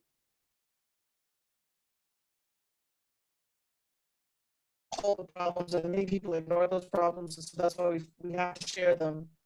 But then people are like, oh, you guys are just so sad all the time. I don't want to, why do I want to listen to that? But there is this story, there's these victories, and there's no victories without people like us. What are those calls to action?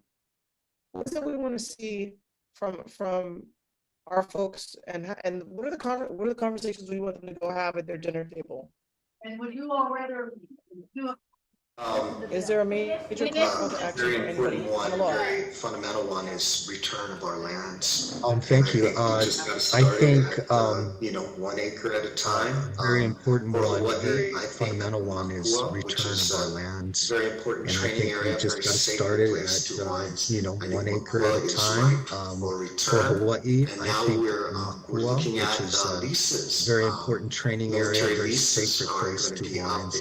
I think Makua is ripe for return, and now we're looking at leases.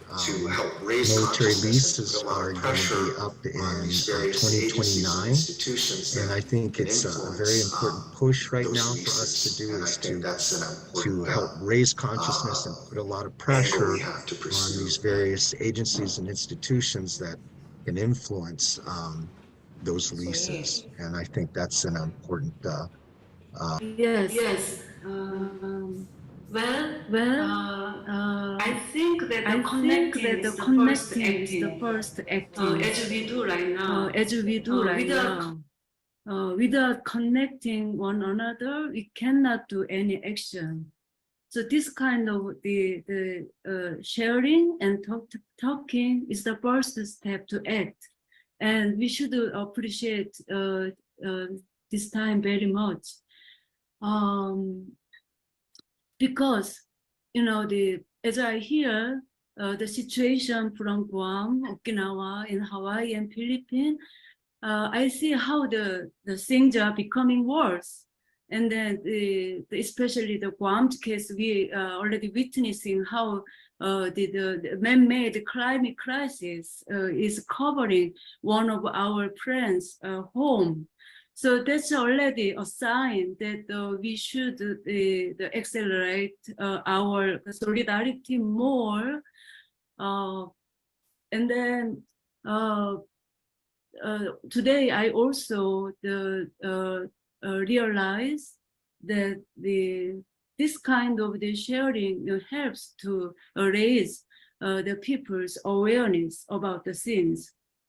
Yeah, so we are monitoring almost daily, because without that we cannot act. And then in case of the Jeju struggle, we are doing daily protest from Monday to Saturday, every day. The daily program starts at 7 a.m. With the vows in front of the base, peace vows in front of the base, and then 11 a.m. Catholic stream mass, and then noon, the human chain. So the rest video was actually from the human chain. And then, so it welcomes many people. It comes, it does not, give up anybody. It welcomes all the people. And then we are also, by sharing, we know that what kind of exercise, war exercise is being held in our oceans, such as Australia, such as Guam, such as, the South Korea. We are all connected. Yeah. So I just cut my words here. We already started our action. Thank you. Yeah. Anyone else?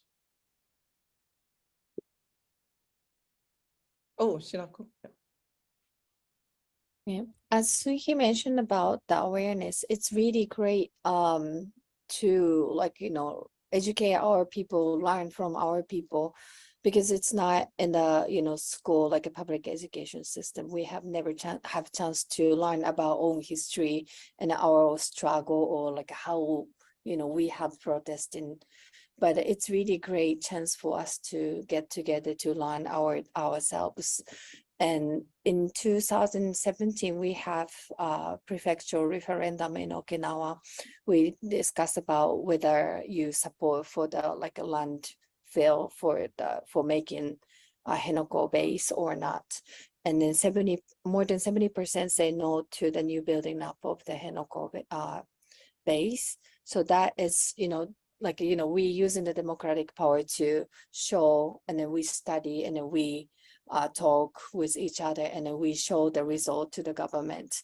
Unfortunately, it's, the government just ignore, and then they even say okay, that's maybe democracy of Okinawa, but we have our own democracy in Japan. So it's really ridiculous, but still, we're challenging, and we don't stop, or we cannot be like a defeatism. We have to step by step, we have to work for, because this is our responsibility to succeed this land, and ourselves from the ancestor, and then we have to bring it to the next generation. So it's really important to learn each other and then step forward, I think. Yeah. Nick or Melinda, do you have anything you'd like to share?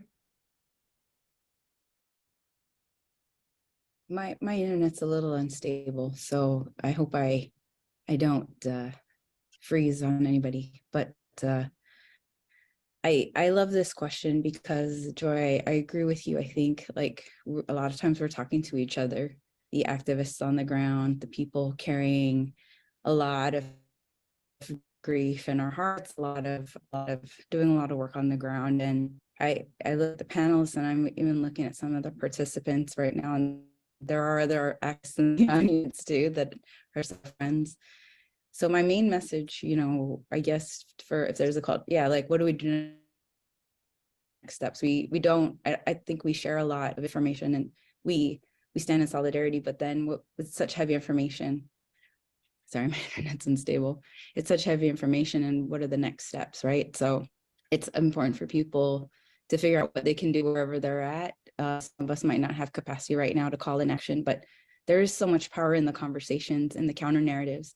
And whether it's, you know, being in conversation and telling people, saying that Guam is not an extension of the United States, Guam is not, or whether it's even a conversation now is also still a colony, and he's still, I'm sorry, am I freezing? Yeah, a little bit. Freezing, huh? Okay. Well, I mean, there's still an issue of white supremacy and racial superiority, and that's also at the root of all of these problems. So we also need non-native allies to have these conversations also. And so everybody here in this room is of the land where we're talking from, and that's wonderful. So I hope, you know, so we need allies to listen. We need the non-native allies to listen and use their privilege to support our work. Sorry if I keep thinking, I guess I'll just there so that I don't take up more time with my bad Wi-Fi. Mahalo. Okay, thank you, Shinako. Melinda, do you have I'll go ahead to leave, but Melinda, did you want to close this out, and then I'll do I'll see if there's a couple questions. Well, I'll just reiterate what everyone has already said about standing in solidarity with each other. And I think the conversations that we've had this morning, you know, have been really helpful in joining up all of the players in the Pacific at the moment. You know, the imperial powers and the devastation that they wreak on Indigenous lands and people. So I think these conversations are really important to keep having, because it kind of gives us more information about where things are happening, you know, in other parts of the Pacific as well. So, but I think we just have to keep talking more about in our circles and our, you know, in our work circles and our presentations about how our parts, you know, the things that are affecting us are helping, are manifesting out in other places in the Pacific, to give a broader, bigger picture of what they're doing. So yeah, I just want to actually just say thank you to everyone for sharing what I've learned so much from listening to all of you. I feel really empowered and enriched by this conversation. Thank you so much, Melinda. That's a wonderful way to, there was a couple of comments in the Q&A thanking all of you for all that you've shared, and folks are learning a lot. And there's always this question of strategy around militarism, which cannot ever be answered in a webinar, nor would I do that. Because my strategy conversations are happening offline. But there are different, one of the things that I really want us to put out, like Nick said, we are talking to each other. How many, I mean, there's so many times professors, you're in these different spaces, people, what are we doing to, what is it, right? What is it about the military that somehow makes it a difficult thing to ask, right?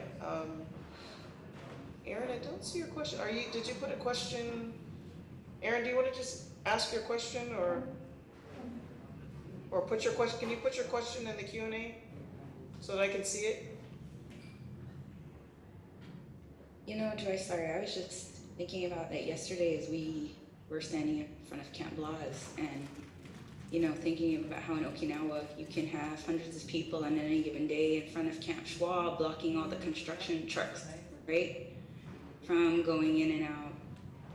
But it's hard. We can't seem to get hundreds of people from blocking those construction trucks to the Marine base here. And yeah, I ask myself that question all the time. What can we do? Why isn't everybody out here in the streets trying to stop this from happening? And people are tired, people are caught up in survival. And, you know, also this idea of arrest is, and police culture is so different here and other parts that, you know, we would get arrested. We would probably be arrested for federal trespass or, you know, have to pay a lot of money to get a lawyer. You know, it would be, and also the shame, like the shame that your family experiences and Indigenous family experiences when someone is arrested. I mean, like there's so many layers of it, of oppression that silence us and prevent us from acting directly. And also, we are trying not to respond violently to violence at the same time. So anyhow, it's a lot of these things. I know this is just a very organic response to what you're just talking about, because I was just asking myself this question in front of the Marine base yesterday. You know, there are two places that are so obvious where the contractors go in and out that we could stand there. Why aren't we standing there? Why aren't we, you know, why haven't we been? And when do we escalate? When is it finally time, you know, to say, okay, let's do it. Let's just get arrested. Let's just, you know, put our bodies on the line here. And so we do have to weigh these questions, which are not easy questions to ask, right? Because especially when we're also we're constantly saying, how do we keep each other safe? How do we keep each other safe? And not cause more, what are the answers? What are the answers, my friend? I'm glad that you said that, because next year, during the around the same time as Festival of the Pacific, Hawaii Peace and Justice is going to be hosting a conversation with Pacific people to talk about what is the next strategy, what is the next move, what is the follow-up to NFIP, how do we really show up for each other, and this is going to be, I'm still working out the details of that, but folks will be invited to that.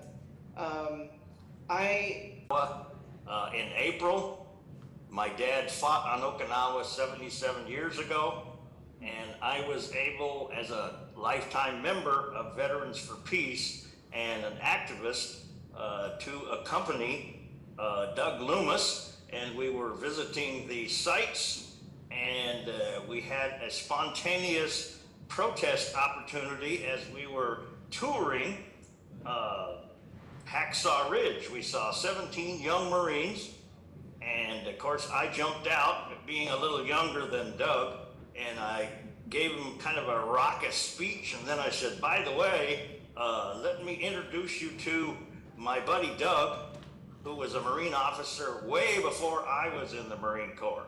And we had such a wonderful time with the kids, and if we take care of our opportunities, they will arise. And connecting with people is my favorite thing to do, even if they disagree with us. Thank you. Okay, Honolulu, and then we're going to be. Yeah. Sorry, I know we're getting near time, but I've just been inspired by a few of these responses, and I realized I forgot something very important when I mentioned Makua, is because you asked for one of the victories, one of the wins, and I didn't mention that Makua is one of our wins, even though the Army is still occupying Makua. It's been a while since they've been doing live fire training because of Malama Makua and people like Sparky and Lynette and you know, Sparky's partner who's passed, Leandra, and many others who have contributed to those efforts over decades. And so Makua is one of those victories that at least we stopped the live fire training. Ho'olave too, even though it's very complex and it's still mostly uninhabitable, at least stopped the bombing. And so there have been some victories, and I think we just got to work on those. But like everyone says, we're fighting a lot of apathy, and particularly in countries like, I think there's, definitely a pattern. I think in a country like, in a empire like the United States, when we're within it, we are at such a high level of colonization. Many of us have lost the language, and I think that adds to those reasons of why people don't show up, because we're just so deeply entrenched in the American system. And it's a great challenge to overcome that. And I agree with Aaron, thank you so much. It's about connecting with people, even if we don't agree with them. And I feel like that's one of my big roles, being Hapa, European and Hawaiian, and also being like Hapa military too, having been in the military, but having been, a conscious objector, I feel like I have a role in that. And I know this may sound a little cheesy, but we have to love people. I think if we can maintain love in our heart, we call it kapualoha in Hawaii, is a term that's come about mainly through the Mauna Kea movement, the state Mauna Kea movement, but some firm, kind but firm, and I think people react, they respond to that. So mahalo everyone, thank you. So on that, I just want to say mahalo nui loa to our panelists. Thank you to the folks from Pacific Peace Network. Again, I'm Joy with Hawaii Peace and Justice. It has been my great honor to listen to these warriors for justice, as I think of them, these warriors for peace. Ironic to say warriors for peace, but that's what we are. We are in it to win it, and I just truly appreciate the time that each of you takes all the time to take time out of your day to do either a webinar or a march or mutual aid or anything that you're doing, and you keep doing it and you keep showing up. And we should know that there's a net to catch us when we need to rest as well. So let's think about how we're building up behind us. We need to invest in those folks, and how can we make this movement, which is, we're talking about the largest funded thing on the planet is the war economy. How do we shift it up? And so I'm just so grateful to every one of you, and mahalo to everyone who attended. And I hope you all have the rest of a great day and great weekend. And mahalo. Take care, everyone. Mahalo so much, Joy, and thank you, everybody. Thank you so Aloha. much. Thank you so much, friends. Thank you.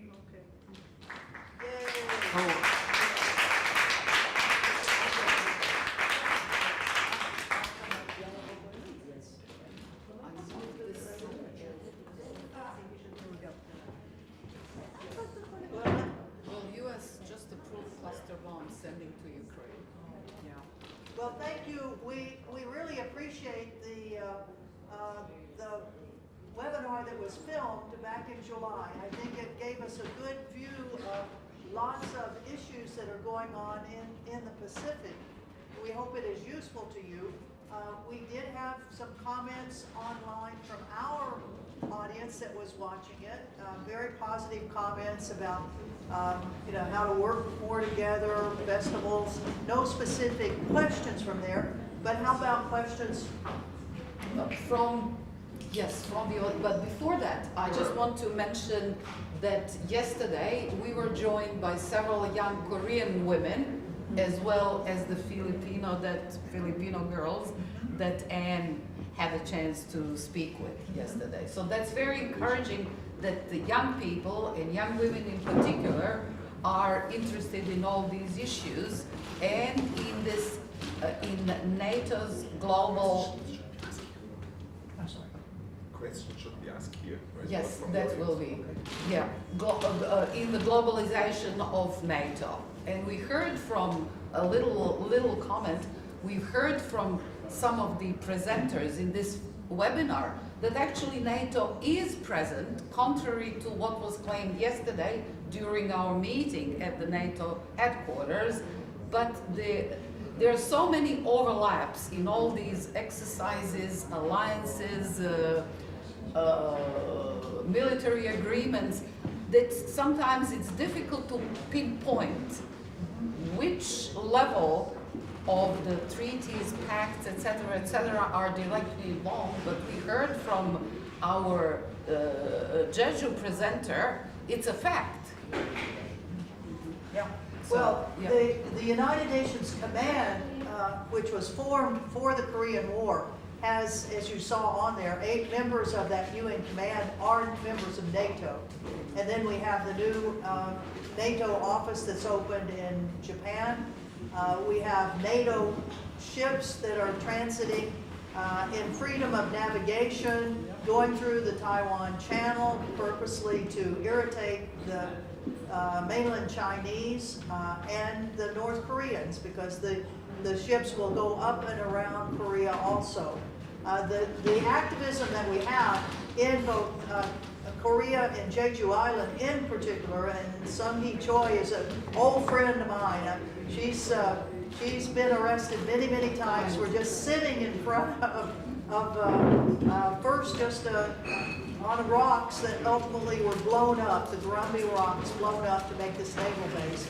And then the activists that are in Okinawa that have been challenging the building of this huge runway out into the pristine Ora Bay, tearing up the environment tremendously.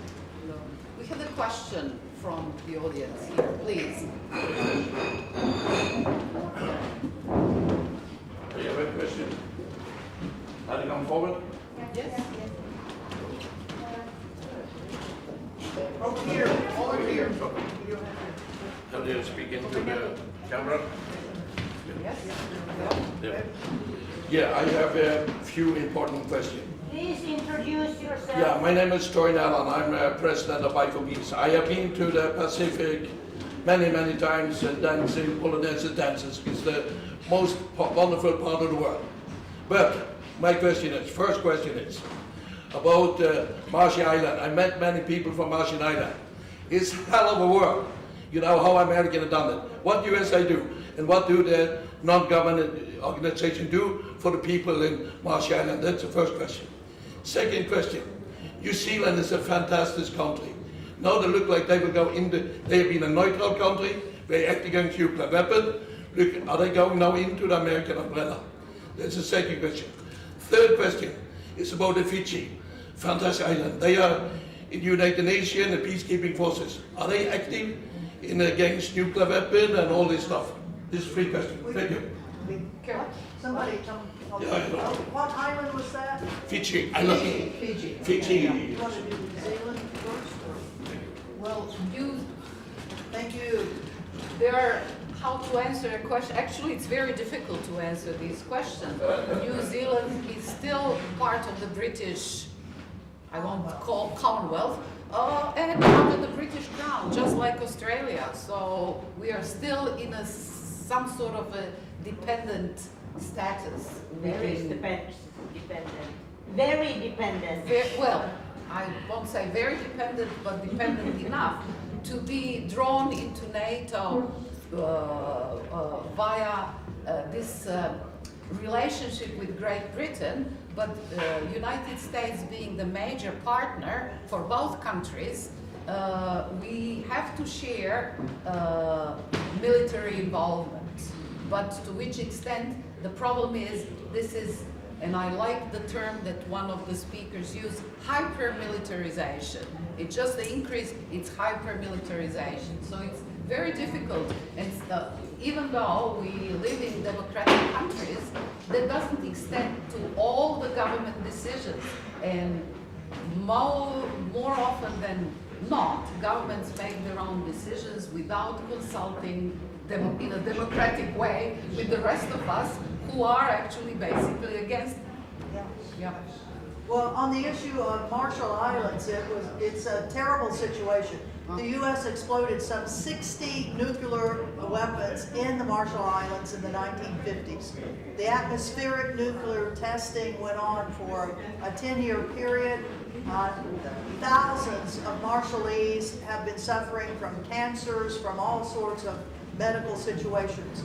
The U.S. Department of Energy has had a program that bring people that are suffering from diseases, they bring them to Hawaii on routine medical checks. But, you know, it's too late. It's really too late.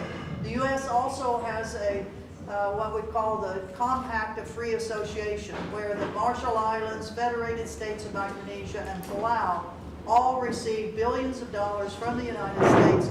So the U.S. gets the military rights to that huge section of the Pacific that the U.S. has they call it the defense rights. Finally, the islands have figured out that they have leverage over the United States, and the Compact for Free Association that is being conducted right now, the negotiations for it, the islands are demanding much more money from the United States than they've been getting in the past, and that's good for them. On the issue of radiation, though, that is still in the Marshall Islands, part of the islands that were disintegrated and then fell back have been put into a big dome area, and that dome is leaking. It is leaking. And that brings up another leaking thing right now. There are protests going on in South Korea because the head of the IAEA, the Atomic Energy Commission, which has given the okay to Japan to release hundreds of millions of gallons of radioactive water into the Pacific. He flew through Seoul, Japan at the airport in Gimpo. He was met with a huge number of protesters to the extent that he could not continue his journey for a little while. So the Pacific is mad. I mean, we don't want radioactive water coming into our areas. And because it's spreading throughout the hugest water mass on this planet. It's the Pacific, and it's actually spreading from Japan eastward and into the southern waters. And on the question of Fiji, Fiji and Solomon Islands are both, the United States, well, let's see, how to go about it. China has been having its own diplomatic and economic program toward the islands of the Pacific. And right now there's really only one island that still recognizes Taiwan. The rest of the islands have said to mainland China, sure, if you'll give us economic aid, if you'll help with infrastructure projects, we'll recognize you, and they did.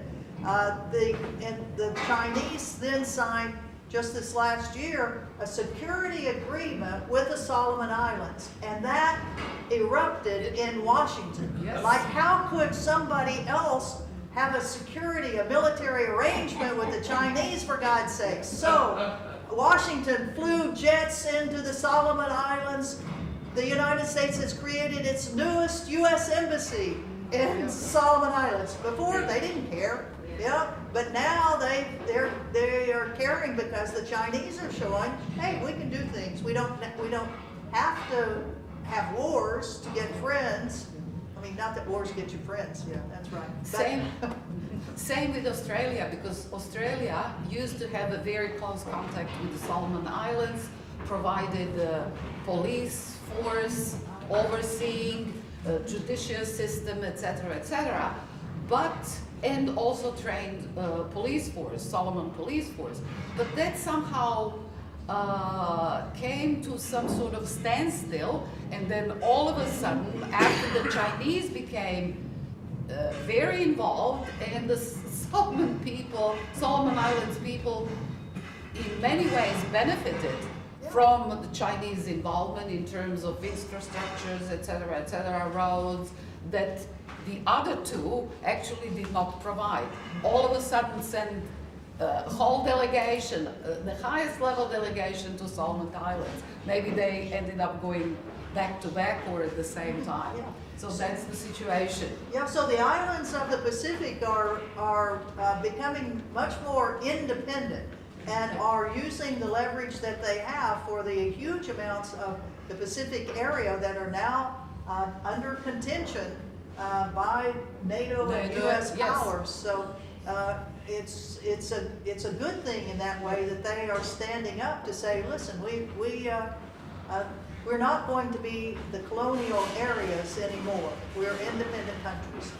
I think we have another question. Patricia.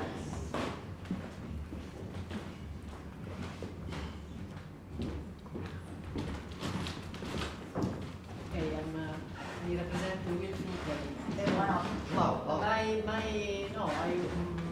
think that there is a question about the choice, the strategic choice by the 1950 by the US, NATO, about the choice of the island. This is international because Asia Pacific, but we, for example, the example of Sardinia is exactly the strategy of the choice of the paradise, natural paradise for to put military activities. So I think that strategically it is important to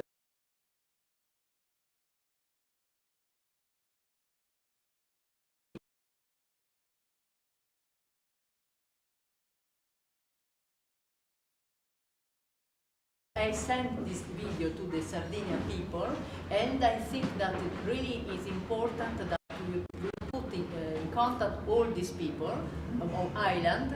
And another point, I'm curious if these people, this really interesting association, will be present in the second conference of the state party for the Treaty of Prohibition of Nuclear Weapons, because exactly one part of this treaty is the victims of nuclear weapons. I don't know if they are. Yeah.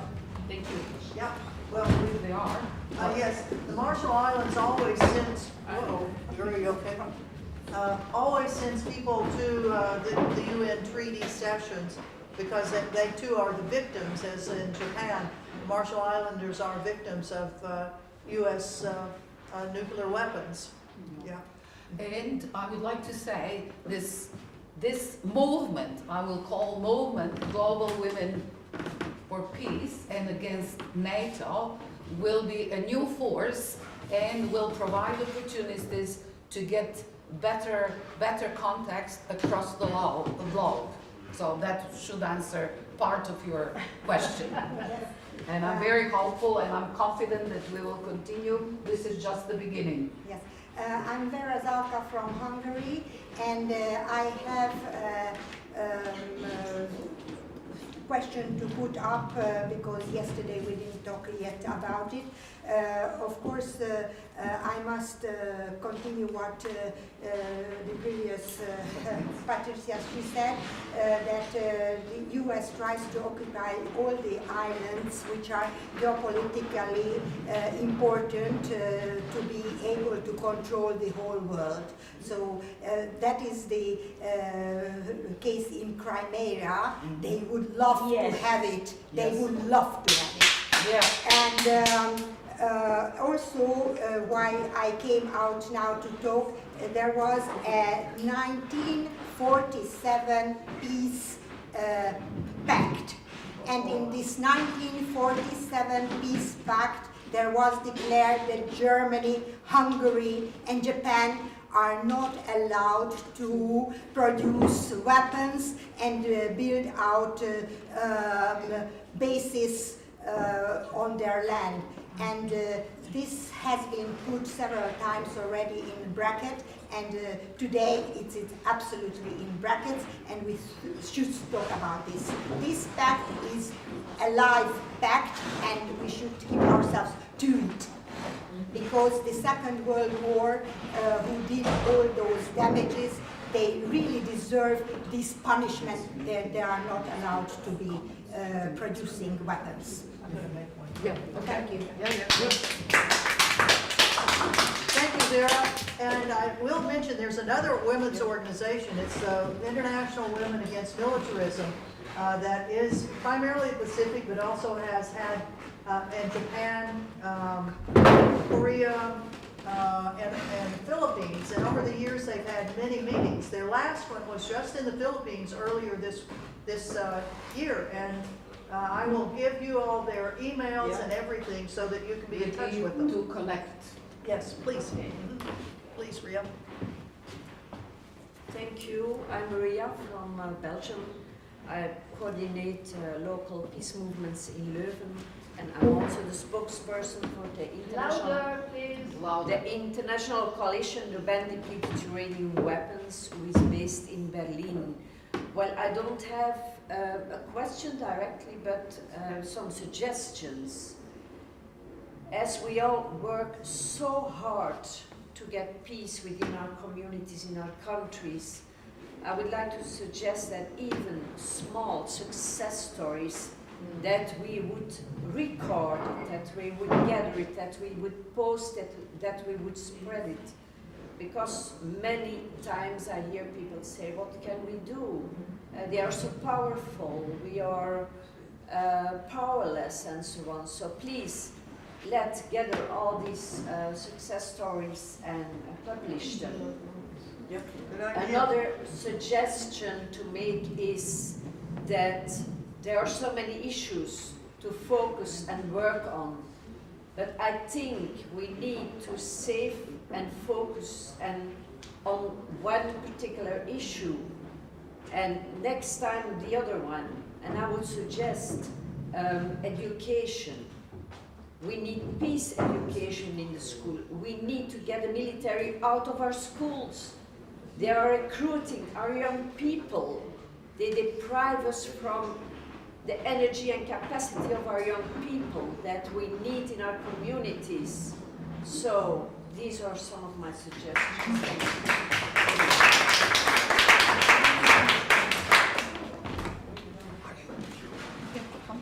I'm Liisa Kaskinen from Finland. I have a short question back to the Pacific. What is the role?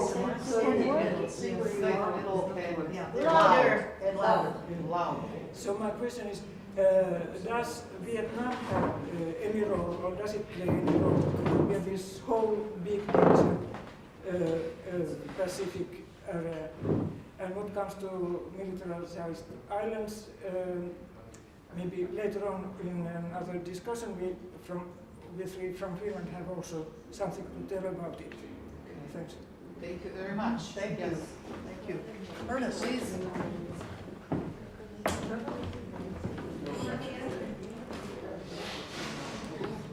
Nadia. Okay, hello, my name is Ernest, and I just have a small add-on to this. Since yesterday I was here, and it has all been the same song from the left to the right, from the front to the back, all about US and NATO allies trying to destroy this wall. There is a whole lot of things going, and I have a question. How are we getting through this? There is a lot to be done, and what is happening here is the first step, I think, and this I would encourage us to continue doing what we are doing. But the question is, you cannot cut the leg of a lion expecting it to die. What is the strategy that we can develop in solving this problem globally? Right now, as we are here, from my opinion, America is having a shield. There is something covering them. Before a person will come out to do something, they have a backing. They stand on something. And from my opinion, when Donald Trump was in power, he tried to take off some of the budget that the U.S. gives to the United Nations, and he was warned. When the UN was born, before then we had the League of Nations, and the reason why the League of Nations collapsed was because they undermined the civil society organizations like this. And we are the organizations who carries the message and send across. Now, when the United Nations was born, the US decided to take half of their budget globally. And in doing that, the UN would always stand to cover the Americans. In whatever they do, whether they do right or wrong, they try to cover them in a way. So in doing this, is the shield or the cover I feel they have.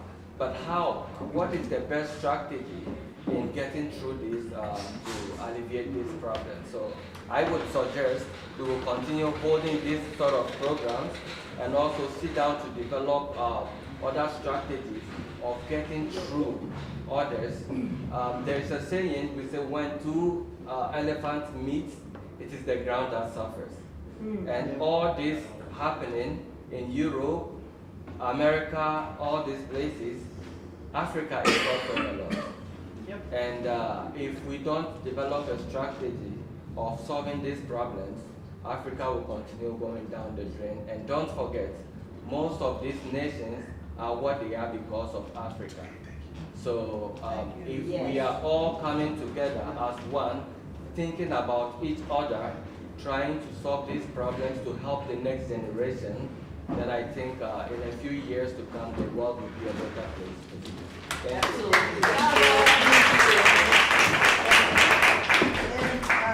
In case you didn't know who that's Ernest, who's from Ghana, and he is with the International Peace Bureau.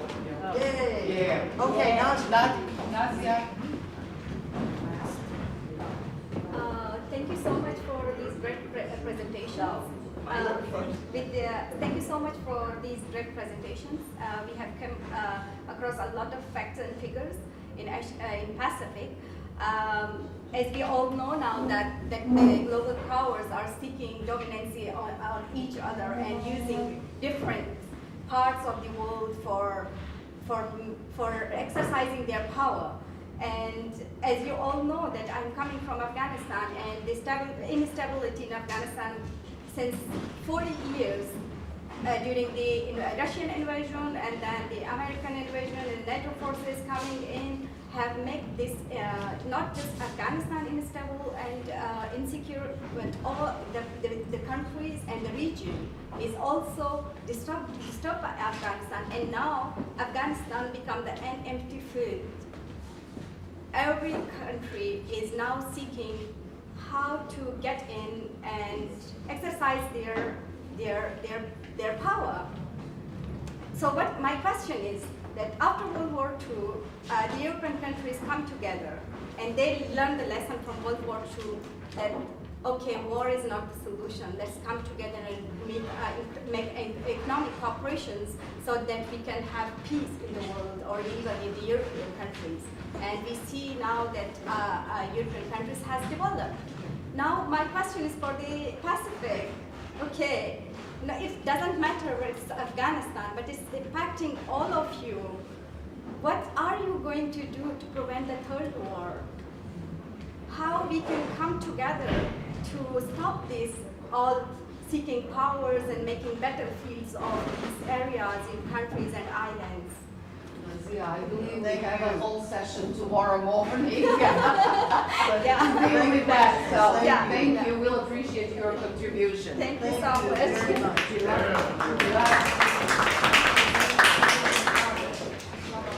Hi, I am Pilar. No war, Rome. No war in Rome. And I'm going back to was my first intervention on culture. I would like to call on all global women, but especially intellectuals and artists, to recompose, as I said before, a culture, a peace culture, especially for the new generations and the kids who, from the age of 3, are brainwashed into violence and conflict through PlayStations, programmed to raise violence and racism. I've seen kids shouting, you filthy communists, you know, boom, I'll shoot you. Before it was Afghanistan, before it was ragheads and so on. And so ever since they're toddlers, they are educated to this. And above all, if it's not this sort of education, then it's total indifference. In fact, you have a lot of youngsters that you talk about war, you talk about what's going on and so on. They say, oh, well, if it all has to blow up, whatever, then I do. So it's very important, not only in schools, but also in the artistic and intellectual cultural production, too. I remember, but in my young days, we had John Baez, we had Fabrizio De André, we had very good films, we had theater, we had animations, we had the living theater there. Today, it's the absolute desert. There's nothing. Wasteland. Yes, wasteland. Yes, T.S. Eliot. And I held a theater workshop in New York a few years ago, to set up one of my plays against domestic violence. And I was astonished by what I thought naivety, but it was really ignorance, because when I was telling them that you realize, you know, that Europe has just sort of survived to a tremendous war, and you're bringing it all back and in the Mediterranean, and the answer would be, I mean, meaning we are the strongest. Yes, but Europe has had its story. No, it's, you know, Europe, now it's done for, I mean, it's old. Let's shove her away. And so this way of thinking is very, very common from the person, the educated person to the simple worker on the simple worker. I stress this because when I talk to some of my colleagues or whatever, they say, but it's useless. It's not useless because it makes you think, and that's very important. Thank you very much. Thank you. Thank you very much for all the contributions. I think it has been an enormously important session that we all learned a lot from the presenters and from the commentaries. I would like now, in closing this session, I would like to invite Ulla Klotzer, who has been the driving force behind this gathering. Yes, indeed. I have to protest, we are all here. And with that I can say to Nadia, who said that, asked that what are you going to do?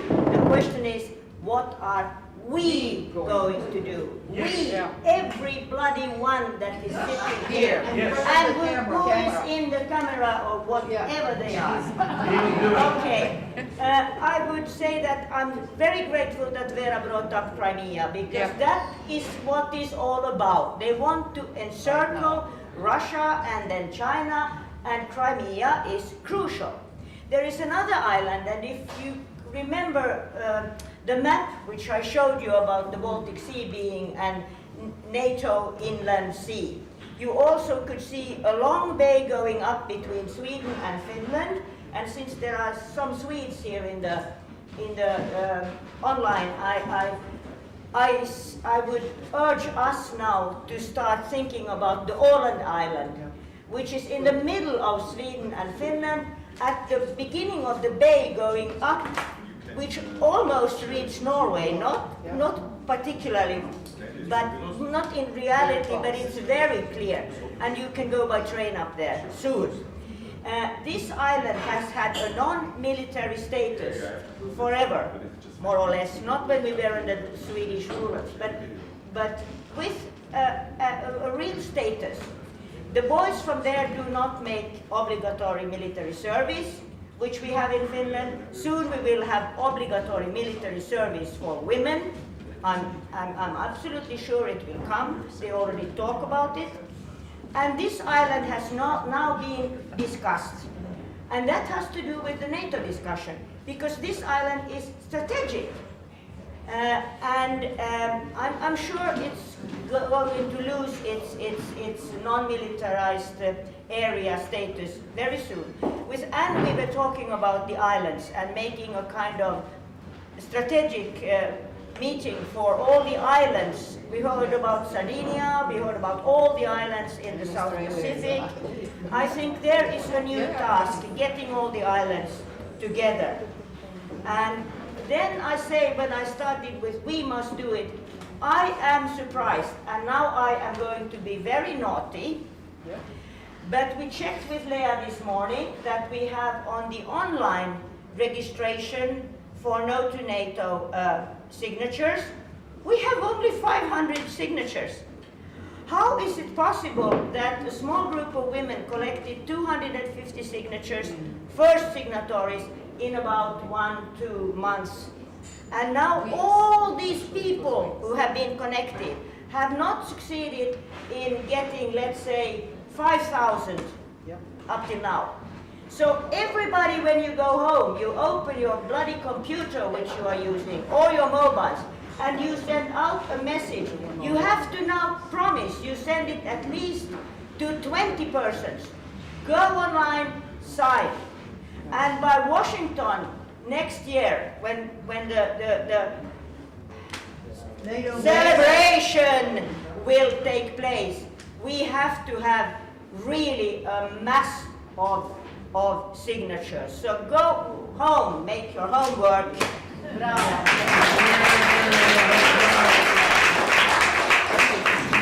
Bye-bye everyone, and everyone online, of course, attending this webinar. Do the same and join us.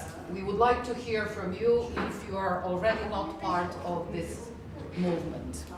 Thank you. And don't go away because Yes, sorry. in less than 1 hour, in 1 hour we'll be having the Latin American seminar, which will be excellent. So stay with us. It's a great day, and we're glad we're here. We're glad you, the 32 people that are online, are here, and we hope we get more for Latin America. Have lunch or have dinner, wherever you are, or just a little break. Or have breakfast. See you. Or a night.